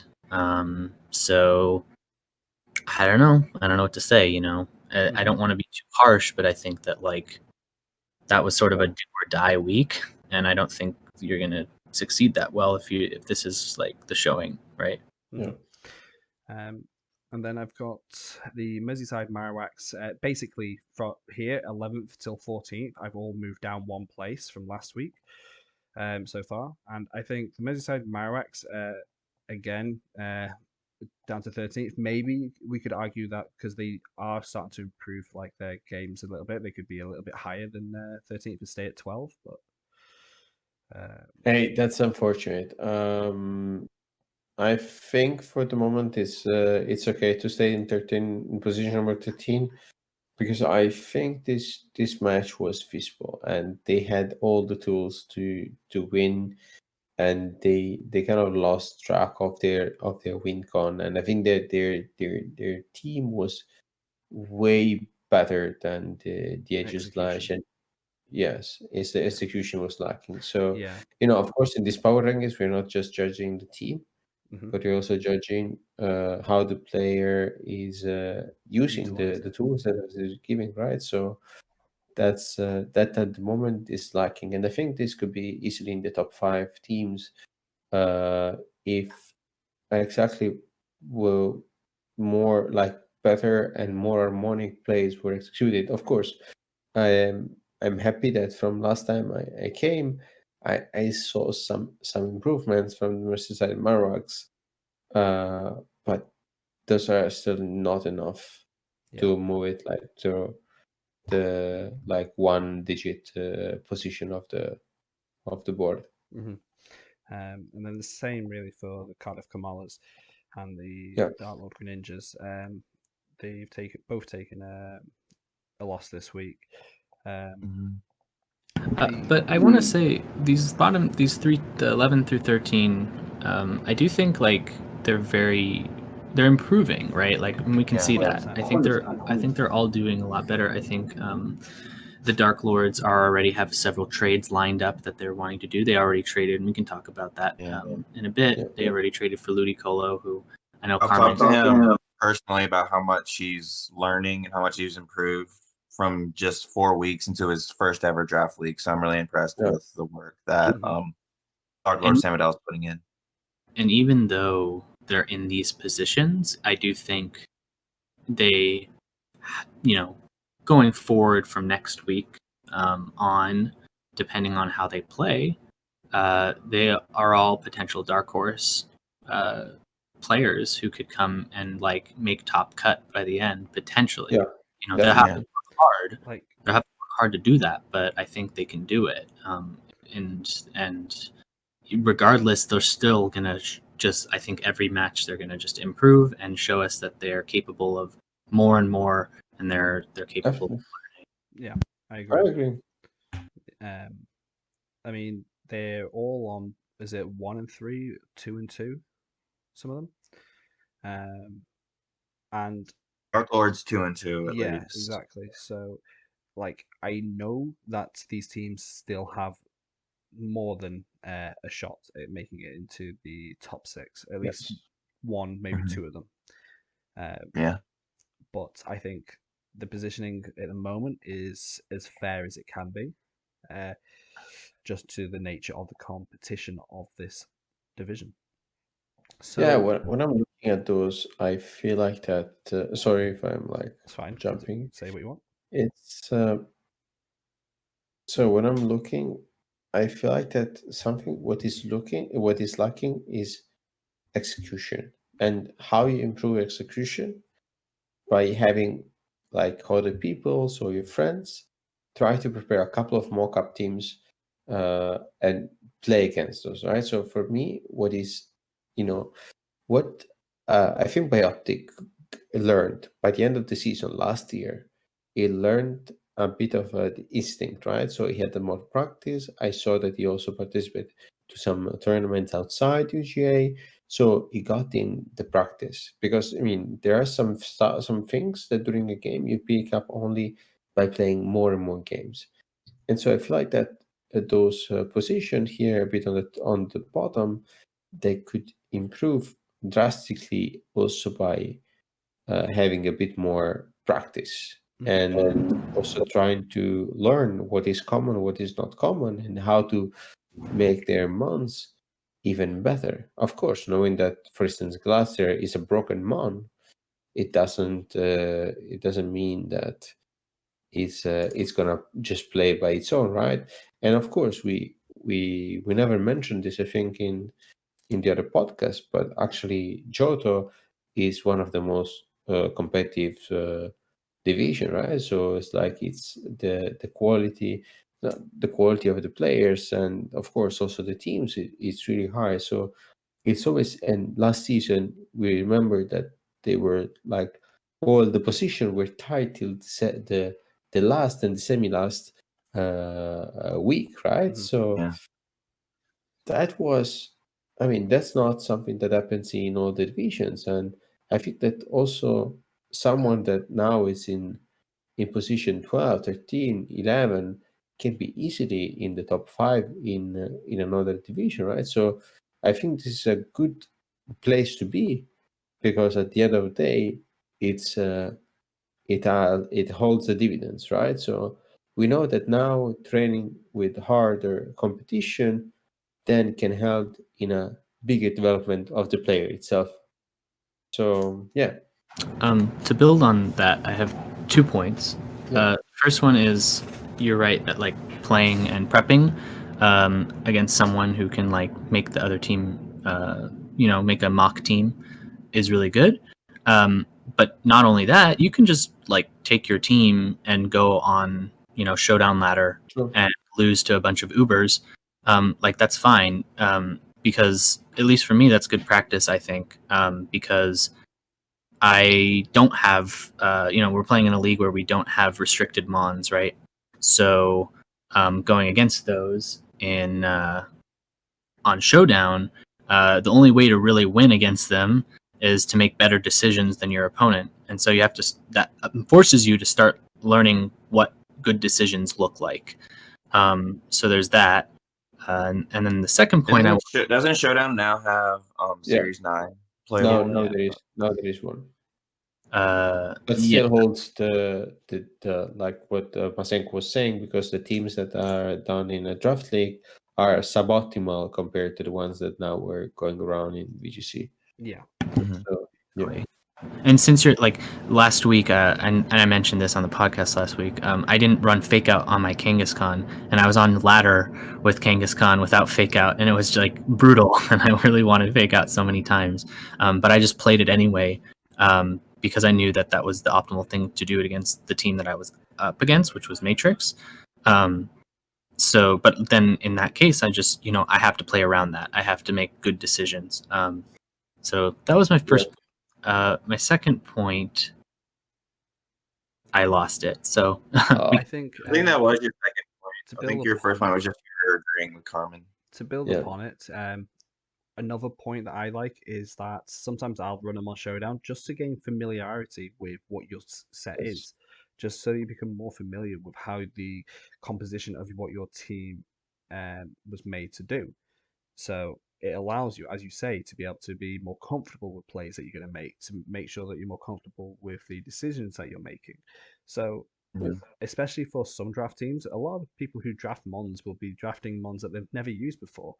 And it's good to try and get yourself familiar with what this Mon can do, what it can't do, what it struggles against. And running them against the ladder, although, a lot of the time you do get a bit of an ass whooping. Sometimes you do better than you expect, but it just gives you that confidence with your own team. Yeah, I remember what I was going to say. And, I don't actually play. I usually, when I am going into a match, I'll play some games on Showdown with the team. I'll play some games on the actual VGC, like ladder in game, to get some experience with the team. Which regardless of whatever I'm doing, I don't play that much. Not only because I don't really. I don't have that same like time investment that I probably should have if I want to improve a lot more. But what I do is I'll watch a lot of videos that are VGC, and specifically I actually like recommend Cybertron's videos a lot. He's in Moxie boosted's really good. Yeah. I generally like the people who are like really educational when they're making decisions. They're like thinking out loud so that you can kind of understand what they're saying, and they kind of give you recaps and like sort of rundowns, and like that's super useful.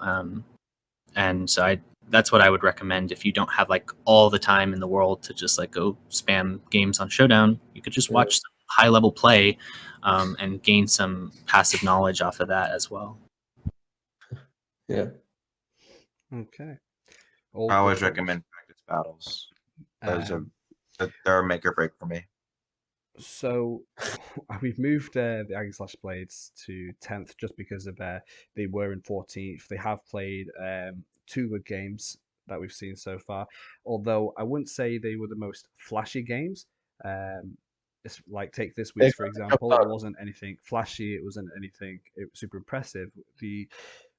But what was impressive was that they just kept to their plan. They just kept playing the game that was in front of them. So exactly, they got the job done, and exactly. In VGC, I mean, it's sad to say it, but you just have to do the moves that you have to do at the right time, and that that moment in time, I don't know if they recognized the skill of the other player and they adapted, right?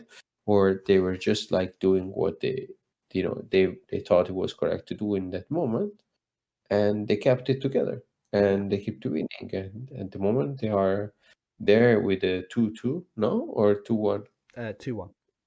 a 2-1 score, and that's fine, and they deserve to be up at the moment. So if now, for instance, they have a bad streak, then we can reconsider this position. But yeah, they're playing their game and they're just vibing. Yeah, as much as we kind of say how much we kind of don't like their team, like that they've drafted too much, I certainly don't think it's like the best team personally, and like that reflects on like how I've scored them. Regardless of that, I think they've proven themselves to be a very consistent, smart player who is always gonna like. I don't think we've seen them make too many blunders or anything like that. Yeah. Like they seem to have incredibly good game knowledge and game sense, Yeah. and just like that alone is enough sometimes to just win games, as we saw this week. Yeah. I mean, personally, I think that that's not a bad team. I mean, Yeah. they could be definitely improved, and with a couple of trades here and there, and with the right trades, it can get really, really scary.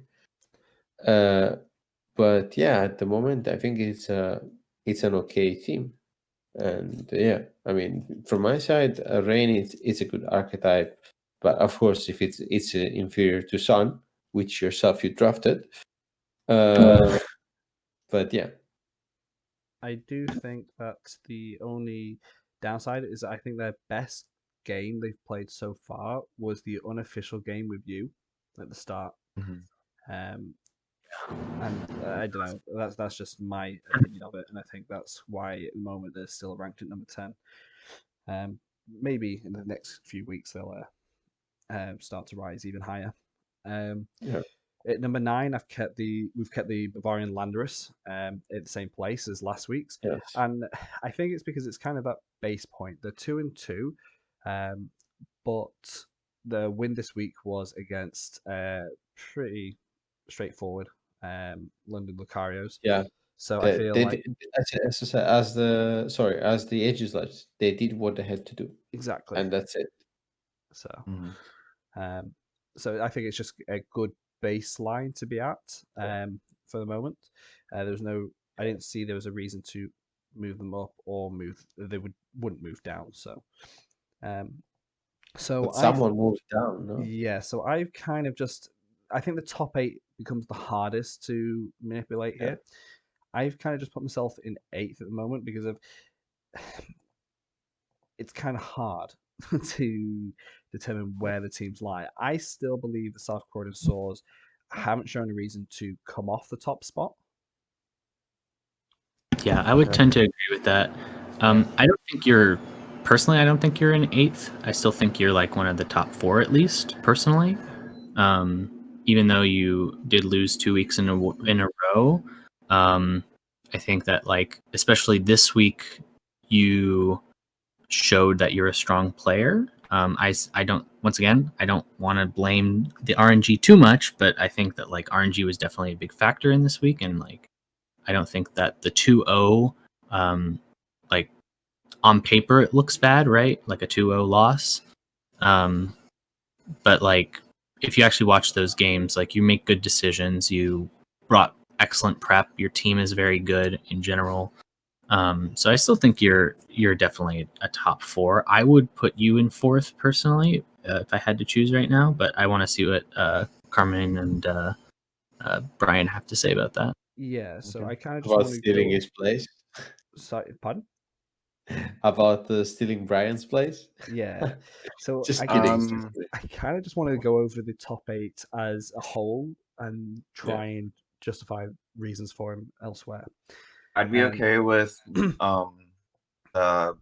Scraggy's going ahead of me because I didn't get a match this week. Yeah, that's true. I kind of made this in the hopes that we'd get a match. It's kind of Yeah. it is kind of difficult. So I'm gonna be Thanks. honest with you. I think that for the moment we can keep install like the Charlotte Beatles at the 8th position. I mean, of course, this is like right in the middle, and this is because I think it's like if they lose, I mean, if you lose, I think it's a big blunder since I think you can definitely get this match out. Mhm. But if you win, then you win. You keep your spot and you're doing well, right? So Right. at the moment, I feel like that's fair for you to lie in the middle. Okay. I don't know also if the others agree. That seems pretty reasonable to me. I think we haven't seen the match this week yet, but I'm like fairly confident that it's going to I be doubt a I'm win. getting this match in until the Oh, yeah. next week. The makeup. I'm Yeah. fairly sure it would have been. Frustrating for me, but there's nothing I can do about that. Yeah, no, it's I know this happens, but Yeah. as I said, for me, it's more like, hey, I don't want like to bring you down, but at the same time, I don't want like exalt a victory that it didn't happen, right? So Yeah. Agreed. I think 8th position, it's fair, just being in the middle, being okay, and I think you've been doing quite well. Yeah, I agree. I think out of all your matches so far, I think the only one that's really challenged you was the loss. Yeah. Like I think so far the teams you've played against haven't really challenged you in a way that I would consider to indicative of anything, right? Yeah. You can't really draw conclusions about your play style, and like too much about that. They're solid wins, right? But I also think like, I don't think your team is being challenged as hard as it could be. And then when you're up against the Oshawotts, we saw that it was, was it a 2-0? It was 2-0, Or- yeah. Yeah, it was pretty landslide. So Yeah. So it gets challenged. But I do think that once again, maybe it was just an off week. I don't know, but we can look at that, and I think like once we get more information, we can really compare the power of your team and you as a player within this top 8 a little bit clearer. So I'm good with it being in 8th right now, just because I think that like the one loss, the 2-0 loss when you were pressured, makes sense to put you there. But I think I do want more like information and more data, on your Yeah, play it's style. I guess it's Yeah. also a case that I suppose the 2 wins that that they've got so far is from 14th and 15th. It's similar to why I was considering myself so low, was because of the 2 wins that I've got at 12th and 13th. But the loss that I took were also from my number 2 and number 3, and his losses from my number 7. So, Right. makes sense. so Oshawotts and the Waylords and the Lux Rays, I feel like are all roughly the same place, Yeah. but I just don't So- know how to order them. I think Biotic can stay in 7th position. I mean, I think he's playing a better game than last season, but Mhm. I didn't like how he stumbled on this Marlow. Yeah, that's fair. Yeah. That's not perfect. Yeah, I agree with keeping Bioptic right there. Same place as last week. Yeah, I think I want to see from him like once again, I think he's got the intuition. I think he's always improving, which is really good. I just really want to see that game where he just like a game like the game that I had this week, where it was just like he's showing off his prowess as a player. Mm-hmm. And I think that we haven't seen that yet. I think we see games where there's a lot of fumbling around and like several key things, but then he ultimately, like the games he wins, he ends up winning because he had really good prep, and he had like, in the end, at the end of the day, he stuck to the plan, and he like made some good decisions to win those games. But I haven't seen anything like super dominant from him. And I think with the team he has, he could stand to show that against some other teams. Preferably So not this next week. yeah, hopefully not. Well, I mean, who knows? If he can beat you, right? I think that's like, yeah, I think he deserves to go much higher. But like, it really depends. We'll have to see. And I think the sort of like indecisiveness and sort of like not being able to adapt, like in the moment when you see something like the Morlul, for instance, that you're like unfamiliar with, you kind of like think you're not really sure what to do about that, you know. Agreed. Yeah, I think So anyway, I think I made my point. Okay, so going then forward, there's the Welsh Wailords and the Oshawots, I think, are quite equally. yes, I suggest that the Oshawots go 5th and you go 6th, just That's because of the perfectly fine. results that you had. Sorry? Just because of the results, right? No, you didn't play it yet, right? You didn't play it yet.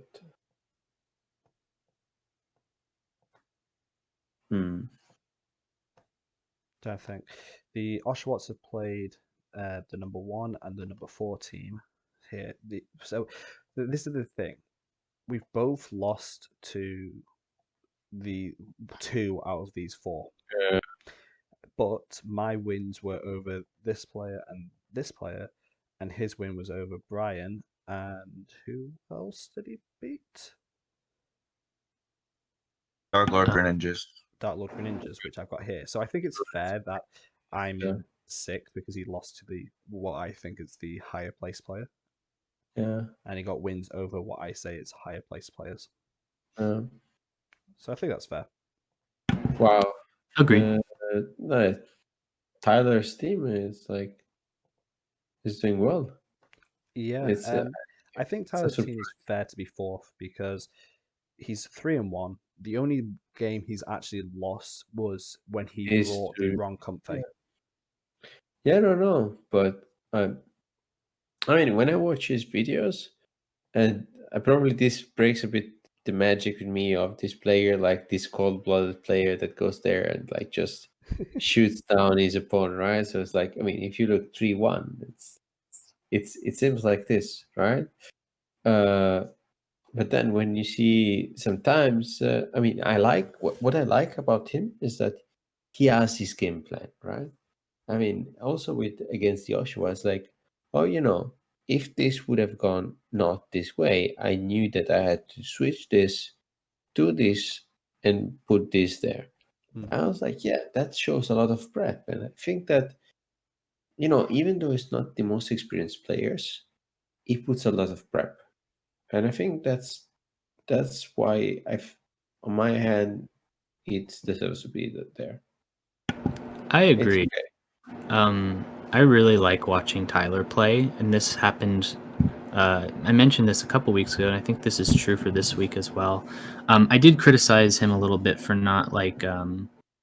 Well, I guess I criticize more Oddball for not adapting too much with this game this week. But I think the same could be applied to him as well, Tyler. That is. But regardless of that, I do think that like you're right. He understands his win condition really well. I think he really understands like exactly what he should be going for. Every time I see him play, he kind of like he understands what's going on. He's really locked in on the correct things and focusing on the correct things. Even if once in a while he'll make a miscalc, like with the life orb. Stuff like that. Like that's but great. it comes with practice, no? That's something that it's good, and I like it. It's absolutely. His content and him as a player and a person is one of the reasons why I really wanted him to join us in Johto. I played against him in the VDL, and that was his first league, and he did really well in the VDL. And the VDL is probably more competitive than Johto. And I played him there. I did beat him, but he was, for a first time player, he was really good.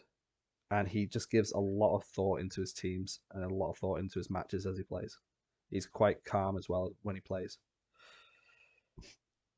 So I think fourth is really fair for him.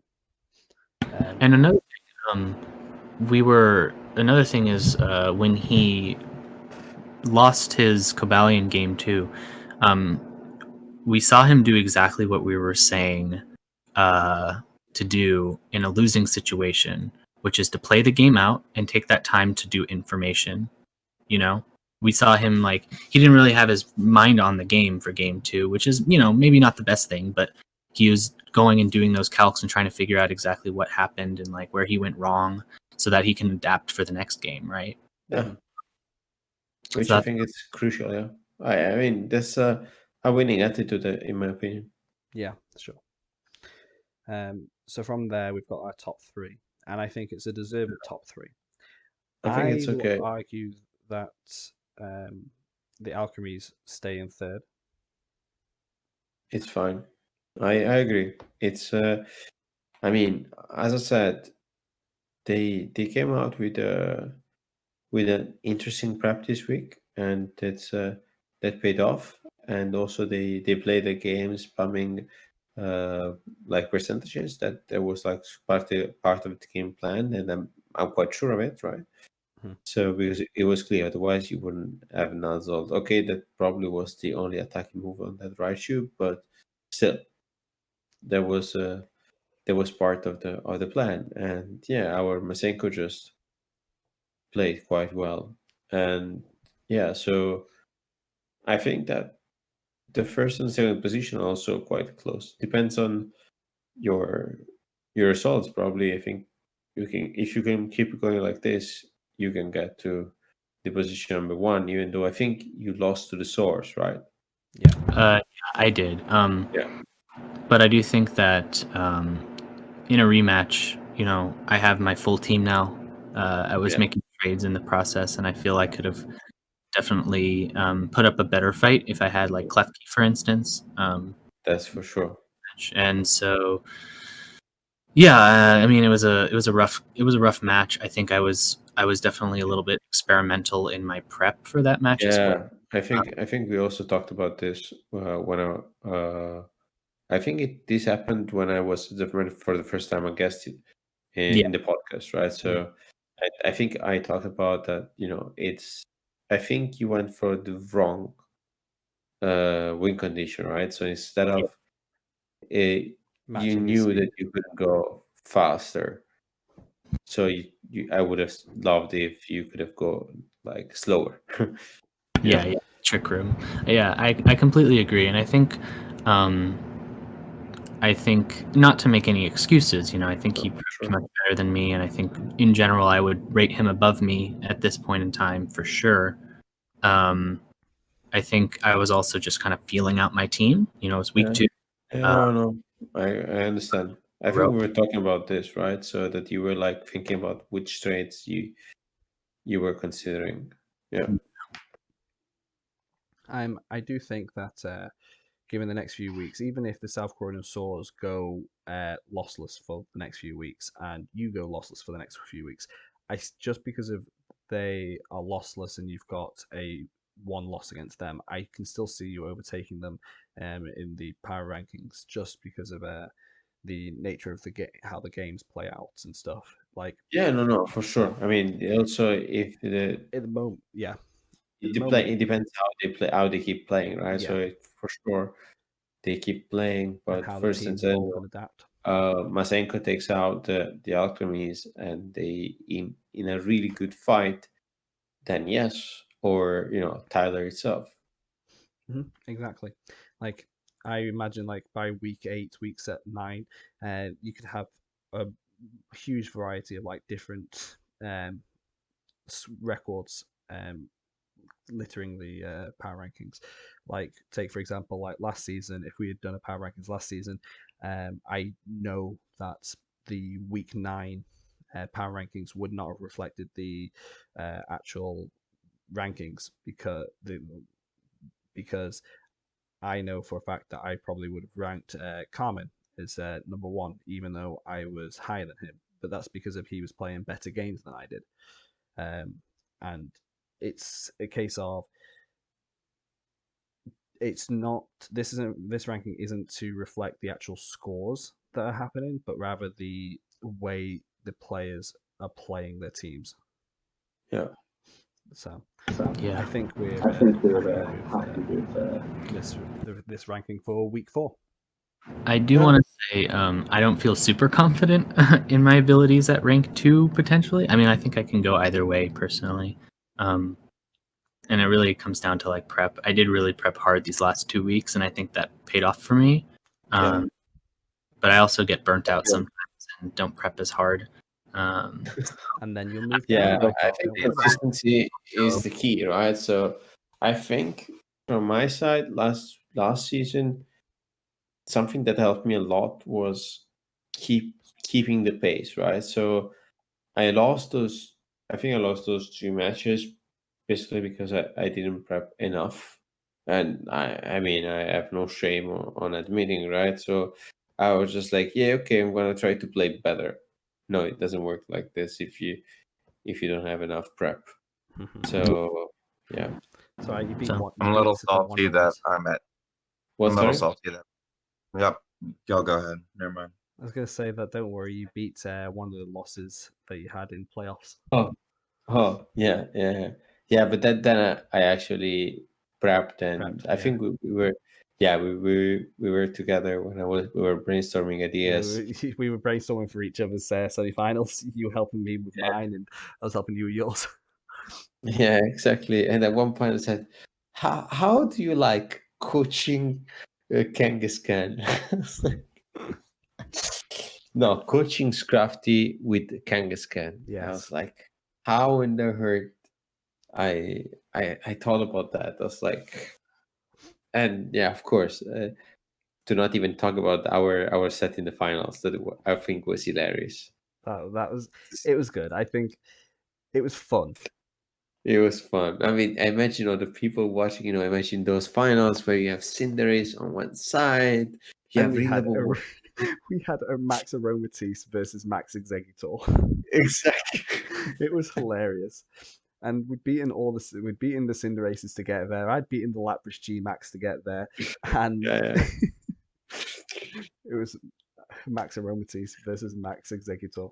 And it was hilarious. I mean, your kill leader through the entire season was like Hatterene, Marowak, Terrakion, all them offensive mons. My kill leaders were Kabalion, Rillaboom, Dramper, and yet we ended up maxing Aromatisse versus... Yeah, I mean, Exeggutor came like to 4 of my matches. 4 or 5. Yeah. Well, I'm curious, Brian, you were going to say something a little while ago. It's okay. You sure? Okay. Yeah. Okay. Just want to make sure you heard. So, it's fine. This is the end of the rankings. I think we won't spend too long on the week 5 predictions because it's already been going long enough with Arax, my slip up. We can mention some of the trades. There was a lot of trades though. I think I'll just gloss over them briefly and just say they were good and whatnot. So why don't we just go down the list and just say whether or not who we think is going to win? Yeah. And not go. Yeah, I'm not going to do the usual thing. Gonna keep it a little bit shorter, but I will just go over some of the trades that were made first. So, the South Croydon Saws, you can see here they've. As we'll go into present mode. The South Croydon Saws managed to trade Waylord for Sandslash and Mudbray for Octillery, and I don't know if that's really an improvement to the team. I do think that the Sandslash being it's better than Mudbray. Yes. Doesn't compete for Eviolite on it. I know that I think he has another Eviolite Mon who kind of wants it most of the time. So I think he getting Sandslash is pretty okay. Just it's a good. And Octillery is arguably better than Wayward. I don't know. No, it's not. Well, yeah. I mean, I can't say that around these parts, but Argues that Waylord's better and has never used it in a draft. I did a Series 17 with it. Yeah. That was fun. We have Bavarian Landorus trading Thwacky for Tangela. Redirection's always decent. And I like Tangela. And he's got his Sun Mode team, so like Chlorophyll, Tangela support. It's good. Yeah, he didn't have any redirection before, so I like that trade personally. Yeah. We then have the Charlotte Beedrills. Brian, you've traded your Entei, which is your kill leader at the moment, for Dracovish. Yeah. Another threat.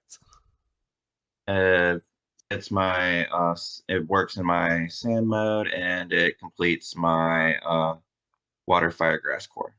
I think I it's lost when I fascinating. dropped Slowbro. Sorry. I think it's fascinating to have like Dracovish, especially because your Pokemon just like have a fast move speed, and I think that it can do really good. Especially now, you have also the opportunity to experiment the different sets from Dracovish, since now they have released the hidden ability for this season. So I mean, already in season 7, Yeah. but The Sand Yeah. Rush. Season Sandrush, I can run Sandrush on it, or I can do the generic Strong Jaw. choice Yeah, band or scarf. Scarf. Yeah. And trust me, it's generic. It's never gonna be generic because it's So powerful. It's a really powerful It's move. too hard. I've got Arctovish. Dracovish is Yeah. a little bit better. Arctovish, it's not really good, and it still does a lot of kills. Yeah. And Yeah. you have the real thing, so be proud of it. Yeah. Yeah, I think So- this made your team like a lot scarier, like a lot scarier. And so like super solid trade. Yeah, it also allows some of the pressure off Excadrill as your main fast attacking mon, so Excadrill won't be fully carrying the team on that side of things. Opens up a little And bit more. spoiler alert, I've already completed my fantasy core. So Dragon. I've got still I got very- the fire, you got water, fairy. grass. I've got the fantasy core. So I've got the core straightened out. Yeah, so we'll with- go over that one for next week. The Orlando Oshawotts traded their Rotom Wash for Walrein and their Doublade for Kumo, which they've already traded away again. They've already said they're going to trade away, I believe. So Yeah, that's already been traded away, but we'll talk about that next week. Yeah, but so I'm not going to say much about the Komodo trade, but picking up Walrein in place of Rotom Wash, I think they wanted to split the Consistent points. damage or something. I think they wanted to really get rid of Doublade for something better. And in order to do that, they needed to lower their point costs. So they've traded away Rotom Wash, which is a tier 1, for Walrein, which is a tier 3. So yeah. So He was frustrated about missing some hydro pumps previous week. That was the punishment, huh? I still think Rotom Wash is a good He hit them mod. against me, but he missed them the next week. I think Rotom Wash is a good, solid, bulky mon. Like, but it takes so many hits. It's such a threat because if it can take hits. Nasty Plot. Oh my god, Will-O-Wisp just is annoying because you can't get rid of it quick enough. I just think that you can like, and I mentioned this last week as well. I just think you can get more value out of 100 points than Rotom Wash. I feel like he's kind of like 85 points almost. Like I would. He's like in between. Yeah. I would still argue though, even if we had an tier 1. tier, He's not a tier 1. He's not a tier 2. He's a tier 1.5. I'd still argue though he would be a tier 1 even if we had a 5-tier system because he's still that much better than a tier 2. I'm just saying. I mean, I have Rotom like fan. I'm in another division. Spoiler alert. And I have Rotom fan, and I'm planning on trading it away at one point. But I mean, as I was considering for one matchup that I'm gonna play, and I was like, yeah, it's much better than I thought. And I was like, yeah, of course it has the rock weaknesses and all, but still, I think Rotom if they wouldn't have this problem of accuracy with the Will of Wisps and Hydro Bomb and Overeat misses, then they would be they're great Pokemon if they learned like 100% What is accuracy. Fans move? Hurricane? No, it's air slash. No, Air Slash, which Air is Slash. really bad move. But it's the most accurate of the five Yeah, forms. Like there's yeah, Blizzard and he then can flinch. Snowstorm. Yeah, and he can flinch. That's the only thing. Yeah. But yeah, So I do think that the Rotoms are all good. I yeah. like For Rotom a fan. tier It's just three, for a tier 3, it's really good. but I like yeah. Frost a lot. I So like then Rotom Frost. we've got the Drowsy Dracozolt. You've made your final trade, haven't you? Fletchling for Gallade. Huh. I My think bird that's went really away.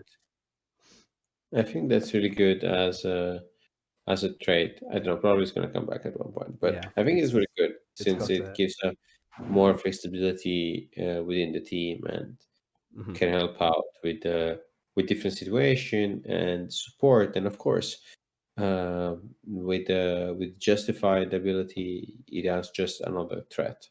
Yeah, and I like Gallade. I think it's a good utility mon Yeah. as well as being like an offensive threat if you're not prepared for it.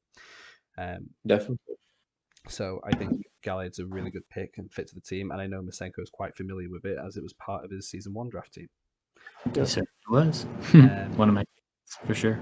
And then we've got the Amateur Alchemies. They've traded away Appleton for Leafeon. I think they listened to us last time when we said about getting a more offensive grass type.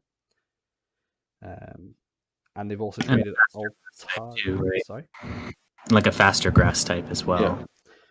And they've traded Altaria for Cottony. And I'm 90% sure that is in response to the next trade, which is for their matchup, which is the Merseyside Marowaks trading away Blastoise for Colossal. I'm pretty sure the Cottony trade, because remember the Amateur Alchemies were going to make another trade in the week, which they've already made ready. They've already ditched the Cottony. So I cannot believe they've traded for the Cottony for the Prankster for this week Yeah, against the Merseyside Marowaks, where they've got wow. Trick Room and the Speed Swap stuff. So Oh yeah, because it can taunt, it can like Worry Seed, and yeah, Trick. So Switcheroo, sorry. It's got all the tech that he was looking for. Oof. So Yeah. the Marowaks have got the Blastoise away for the Colossal. We did say to him about trading that Blastoise away, but I actually said about trading Barrascuda away. Yeah, I was gonna say I felt like needed going. I feel like trading away Blastoise when and picking up Colossal is kind of. I think it's counterproductive because at the end, Colossal Blastoise has Aqua Jet, Fake Out, does different things. It's bulky. It's got haze. You can go Ace. Yeah, I think Barraskewda can do still the same work, but maybe Blastoise was still better since it's also can Shell Smash. I mean, Barraskewda understand that, but still, it's really a fragile mon. I feel like on the other hand, I understand the Surf. Yeah, but the thing is that like Scarf Barraskewda cannot beat all of the mons, even a lot of mons, even in Tailwind. So I just think that if he was going to make a trade, it would have been the Blastoise or the Barraskewda, right? So, I mean, I like the Colossal pickup a lot for him. I think it rounds out his like type weaknesses a little bit. Like for his team, he kind of shores some of that up, and like now he has a really strong threat for the team in and out of Trick Room, right? Because he can in Trick Room because he has a pretty solid Trick Room team. Kind of competes a little bit with the Marowak in terms, but it's one is physical, one is special, so you can kind of change that up week to week potentially. Yeah, actually, Colossal is also physical, so yeah. I mean, to me, Colossal is not a big one, but it's ran special, but it's equally physical and special stat wise. It was actually ran more physical prior to season at 5, the beginning, series 5, because of it was the access to Meteor Beam, a good special attack in rock type move that made it be so prevalent. So the Dark Lord Greninjas with Blacephalon for Ludicolo, which I think is a beginning of a few trades he'll be making over the next few weeks, reshoring up his Really good rain trade on mode a his little bit. part. I like the extra Swift Swim, but he hasn't even brought a Swift Swimmer. So I hope that he starts bringing it because he has the Poliwrath, but he's never brought it. So I hope he That's because brings Poliwrath's a bad mon. Sure. But, I mean- personally like Ludicolo, like, as a mon. I don't know how effective it'll be. I've seen it do good in restricted leagues with Kyogre, but I don't know. Yeah, we will see. I mean, if they get Pelipper, then it's gonna be quite an interesting. I like it because, well, this is really interesting. He has a lot of fake outs on his team now, so Yeah, he does. yeah. cycle that and be annoying. That's how I kind of lost in playoffs last season, because they just kept cycling fake out on me. But it's also important to point out, like last time I mentioned, like when you have a rain mode, it's really important to cover your sort of weaknesses, and I think Ludicolo is a decent pickup for that, right? He doesn't have the same weaknesses as most other water types, and so yeah, and as a grass type, he also doesn't have, I think, just the fire, Ice. right? But that's like the ice and Yeah, it's just freeze dry. yeah. So, I mean, yeah, freeze dry is a thing, but that's a pretty rare move, and you can definitely prep around it if you know your opponent has it. Just don't bring the rain mode when you're going against freeze dry, because the Pelipper and Ludicolo don't like it very much. And you can bring Incineroar in that case, right? Exactly. So you need the Except for Blissep. Lapras. Yeah. Lapras is one of the most awkward mons with freeze dry. Yeah. Yeah. But no, I still think it's the start of a good chain of trades that he needs to make. Agreed. And then the last one was Clefairy for Cinderace for the Cardiff Kamalas and Sigalith for Togepi. So he's traded away the Clefairy for Togepi essentially here. Yeah. It just changed the type of redirection. Yeah, which is yes. Togepi's fine. I think this makes a lot of sense. I do. Like, I think it's a really nice trade. Go ahead. I was going to say I do because of we suggested that he needs to make a trade for a fire type. You can't rely on Silvally as a fire type. No, definitely. And I definitely think that he needs to trade away that Silvally still and get another good tier 2 mon, like something that there's many tier 2 mons that are better than Silvally that could really help round off his team.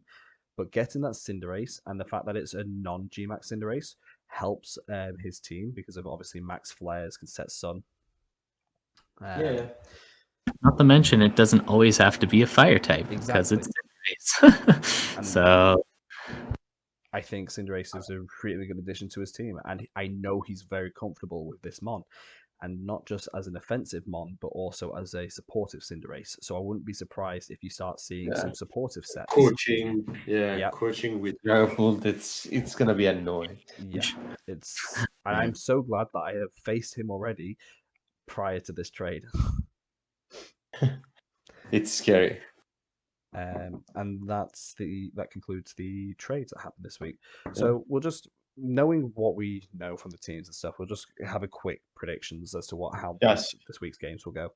So we've got the London Lucarios facing the Orlando Oshawotts, and honestly, I'm confident in the Oshawotts' ability to shut down the London Lucarios. I feel like the Lucarios still need to make some trades and stuff and really shore up their team before I can start believing in them picking up some wins. So I'm going to just go out and straight away and say Orlando Oshawotts are going to win this. Yeah, they just need to be careful. Huh? I mean, they're the Pearl line can actually be annoying, but I just said, of course I agree with you, but let's not underestimate anyone. I think in draft league, if something can happen, it's in draft league. That's true, and especially VGC draft league. So that's true. Yeah, I tend to agree with both of you, honestly. Like, I think you shouldn't underestimate him, but you also, I do think Orlando Oshawotts probably will win this. Seems likely. Yeah, I don't mean to disrespect the London Lucarios.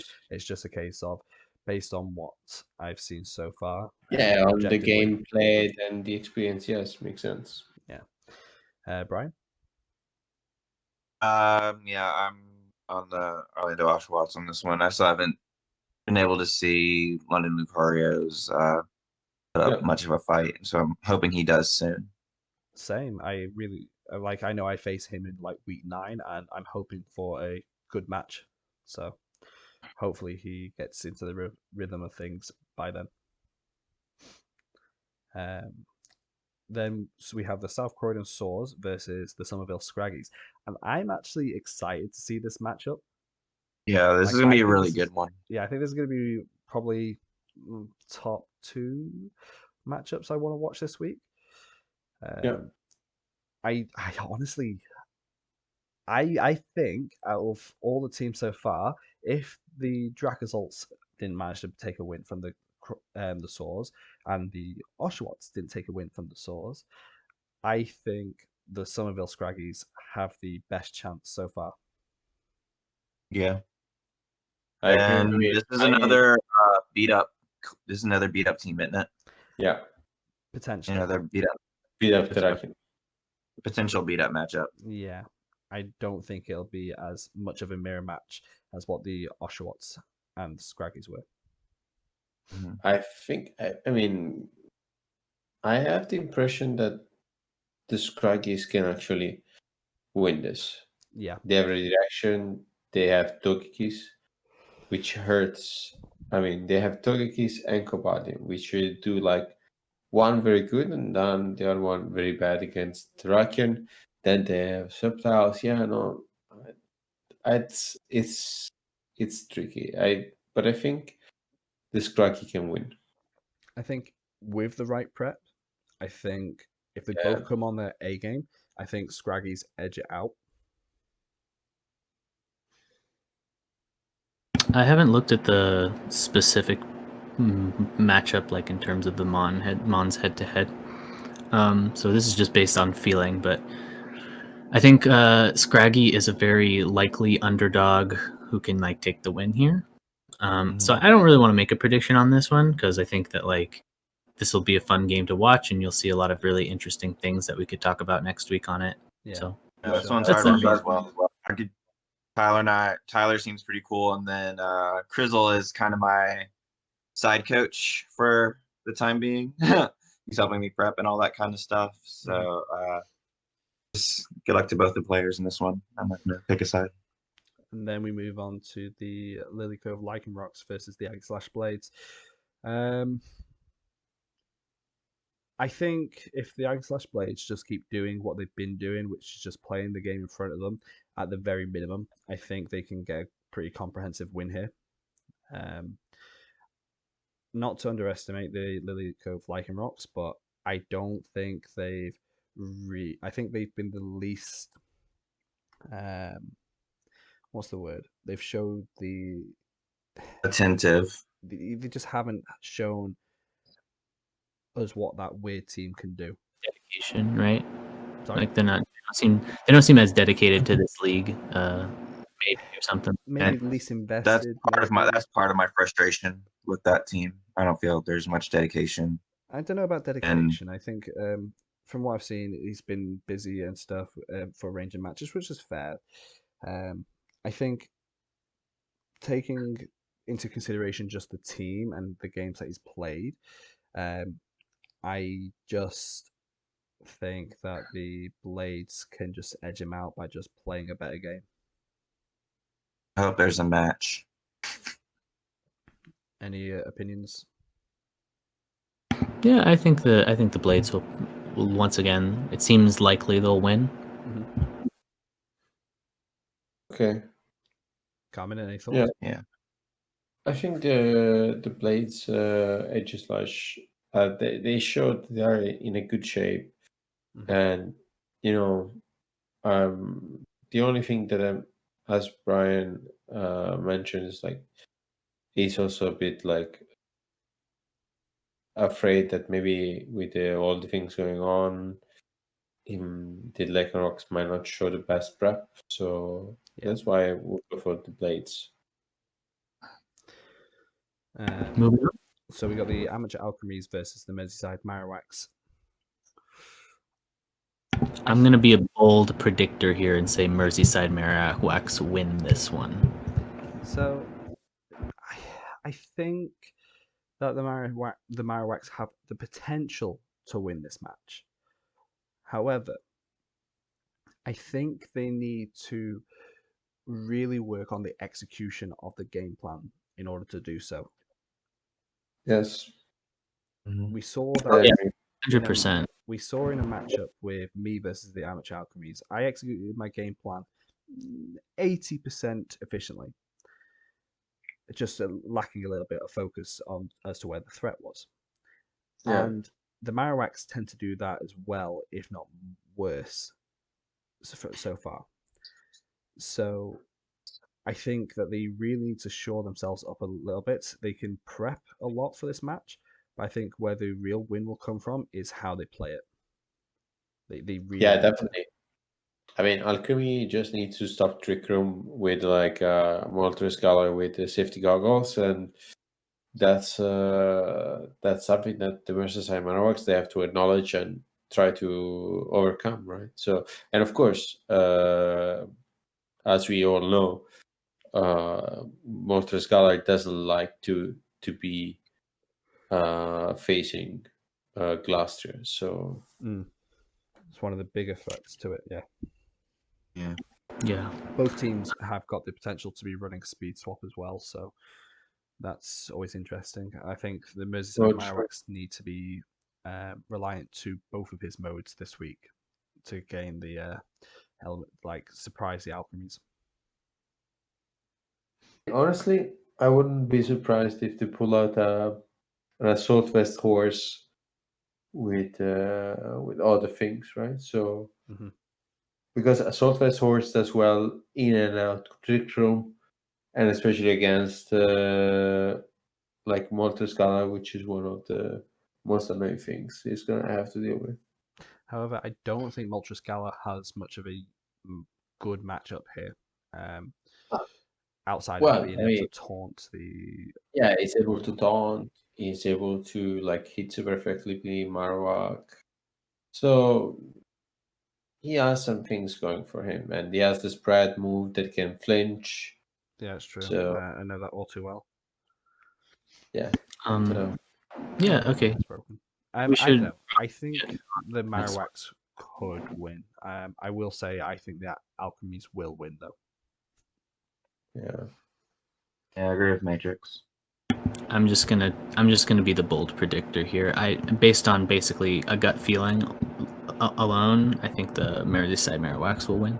Dragon I also want that like Marowak is gonna win. So sorry, Dragon. I mean, yeah, you're right, but Marowak is Marowak. I have to. I have to. The dragon will be a little bit annoyed if I vote against him here.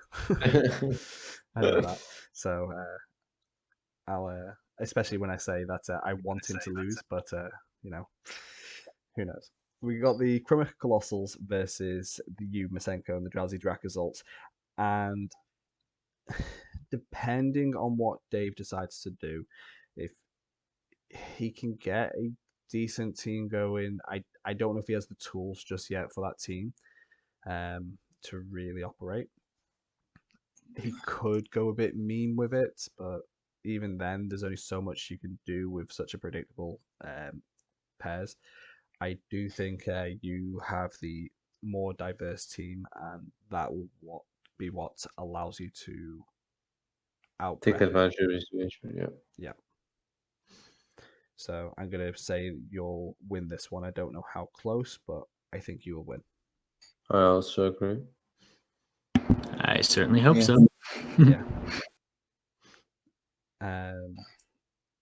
So we move on to the Dark Lord Greninjas versus the Charlotte Beedrills. Bryan. Ooh. This is not an easy one, huh? Pardon? This is not an easy one. No, I think this could be challenging. I think it's For going to both be players. yeah. Both teams have got the mons needed to counter each other's teams. So Yeah, I mean, naturally, a rain beats sand. Yes. because of the type chart. Yes. But also, Bryan, he knows this, and he's gonna leverage his chart knowledge to make sure that he doesn't get himself like surprised by like random Max Geyser or like by what's called by Polyglot. So Yes. Yeah. But we'll at the see, because same I think time, Polyglot might come this time. yeah, I think Polygraph has potential against your team. But at the same Yeah. time, the Greninjas also know that they have a good matchup against the Sand. So the Beedrills will prep against that. So then they have to prep against their prep. It's very back and forth Yeah, definitely. for this match. So I'm actually We'll really see. excited to watch this one. Yeah, it's gonna be an interesting match. He said he won't cancel on me. So This is another game that I think is going to be really interesting to watch. Yes. I think this is a proving ground for both players, in my opinion, and I think Oh, like both of them have the potential, no matter who wins or loses, to show that like what they've learned over the last many, we're kind of at the halfway mark almost. So let's see them bring all their best, and I think it'll be a really cool match. I don't want to make any predictions. I'm leaning towards Bryan probably winning here. Seems likely to me, but I think that who knows? I think it's a cool matchup. I think Yeah. Brian's newfound experience in Draft League and BGC will be what gives him the edge in this matchup. So I'm backing Bryan for it. yeah, same here. Um, I mean, unfortunately, I don't know the Ninjas, but it's I mean, it's interesting also the choices from last week and the week Mhm. before that they had. So it's like I'm not sure that the surprise element works all the times. yeah. right. And then we've got my match versus the Lux race. Yeah. Now, obviously, I'm going to back myself. I back myself each week. Definitely. Yeah, how good that's doing. So here's the thing: if you want to make playoff, you need to win this. Otherwise, if you also lose this one, the playoff get like really hard Yeah. to get. I'm gonna be honest. I mean, No, you it's know, it's we're a good. friends. I agreed. That's reality. For you have to win if you want to make playoffs, and I think that's the same for Bioptic. Yeah. It's I think this is a big deciding match for how the Yeah. rest of the season is going to play out for both of us. So yeah, This is another match that I'm looking forward to. I bet you are. If nothing but for the fact that the stakes are very high. It seems both players don't have the best record, but they're both very strong teams, in my opinion. Yeah. And so, that's just both of you are going to be fighting with everything you've got. Yeah. That's going to be an interesting match to watch. This matchup reminds me of the matchup I had with my brother in the SSA in another league. So Yeah. we got to a point where we were both pretty much on the same record, and we knew that whoever won of that match was going to be the one who'd be making it to playoffs, even though it was like 3 weeks from the end. Yeah. So And I was this, on his brother's side. yeah, you were. Thanks. So yeah, this was definitely. So this has definitely given me reminders of that. So we'll see. Hopefully, I can win this one too. I don't really want to make predictions on that. So we move to the last one, which is Bavarian Landorus versus the Cardiff Kamalas. And although this one, I think Funky will record, I actually think this is the hardest one for me to predict. I mean, on paper, Charizard's son technically beats Venusaur's son. No. I mean, yes and no. It depends on. I mean, Exactly. since he has Ziblai, it's gonna be annoying. And since he has Dragapult, and Dragapult is a natural counter of Sun. So, for instance, if you imagine a Charizard Lumberry, not a Charizard, Dragapult Lumberry with the Cinderace coaching, how do you stop this? That's really hard, right? Yeah, exactly. Yeah. I don't And the feel- other way around, how do you stop like screens screens Dragapult with the Cinderace Life Orb? It's also quite hard. So I mean, it's even though this is more manageable, since it does not have that much firepower and it's not resisted, then I think it's an interesting game to watch and to see happen. I think the speed control does seem to be in the side of the Kamalas. Yeah. So that is probably one of the most important parts of Pokemon as a game is having speed control. So probably it's going to be an interesting match. We'll see. I'm not sure either. So yeah, of course. I think I'm going to predict, though, that the Kamalas win. I think this is an important match for both teams. And because they're both ranked pretty closely together, I think that the Kamalas will use this match, or could use this match, as a turning point for the rest of their season, especially given the recent trades. So I'm going to back the Kamalas. Well, I think we've reached the end. We have, and what a long recording session it was, thanks to my blunder at the start. If you're listening, Ancient Jedi, I am putting myself forward for blunder of the week. Recording a long session without audio. Yes, that's interesting, but I think we still managed to get a lot of Good content of input still. Yes, a good content out there. Yeah. Some good stuff. Guys. I think we had a good time. Yeah, I mean this time. I mean, I don't know if you know what time is it here where I'm recording. It is late for you. It's 4 a.m. It's 20 past 4. Yes, exactly. And now I'm about to go to sleep, and tomorrow I have work. So Yep, I'm the I exact do this same. for you guys. I So appreciate it so You much. Sam. sacrificed for your art, Carmen. Thank you. yeah. Okay. Well, Yeah.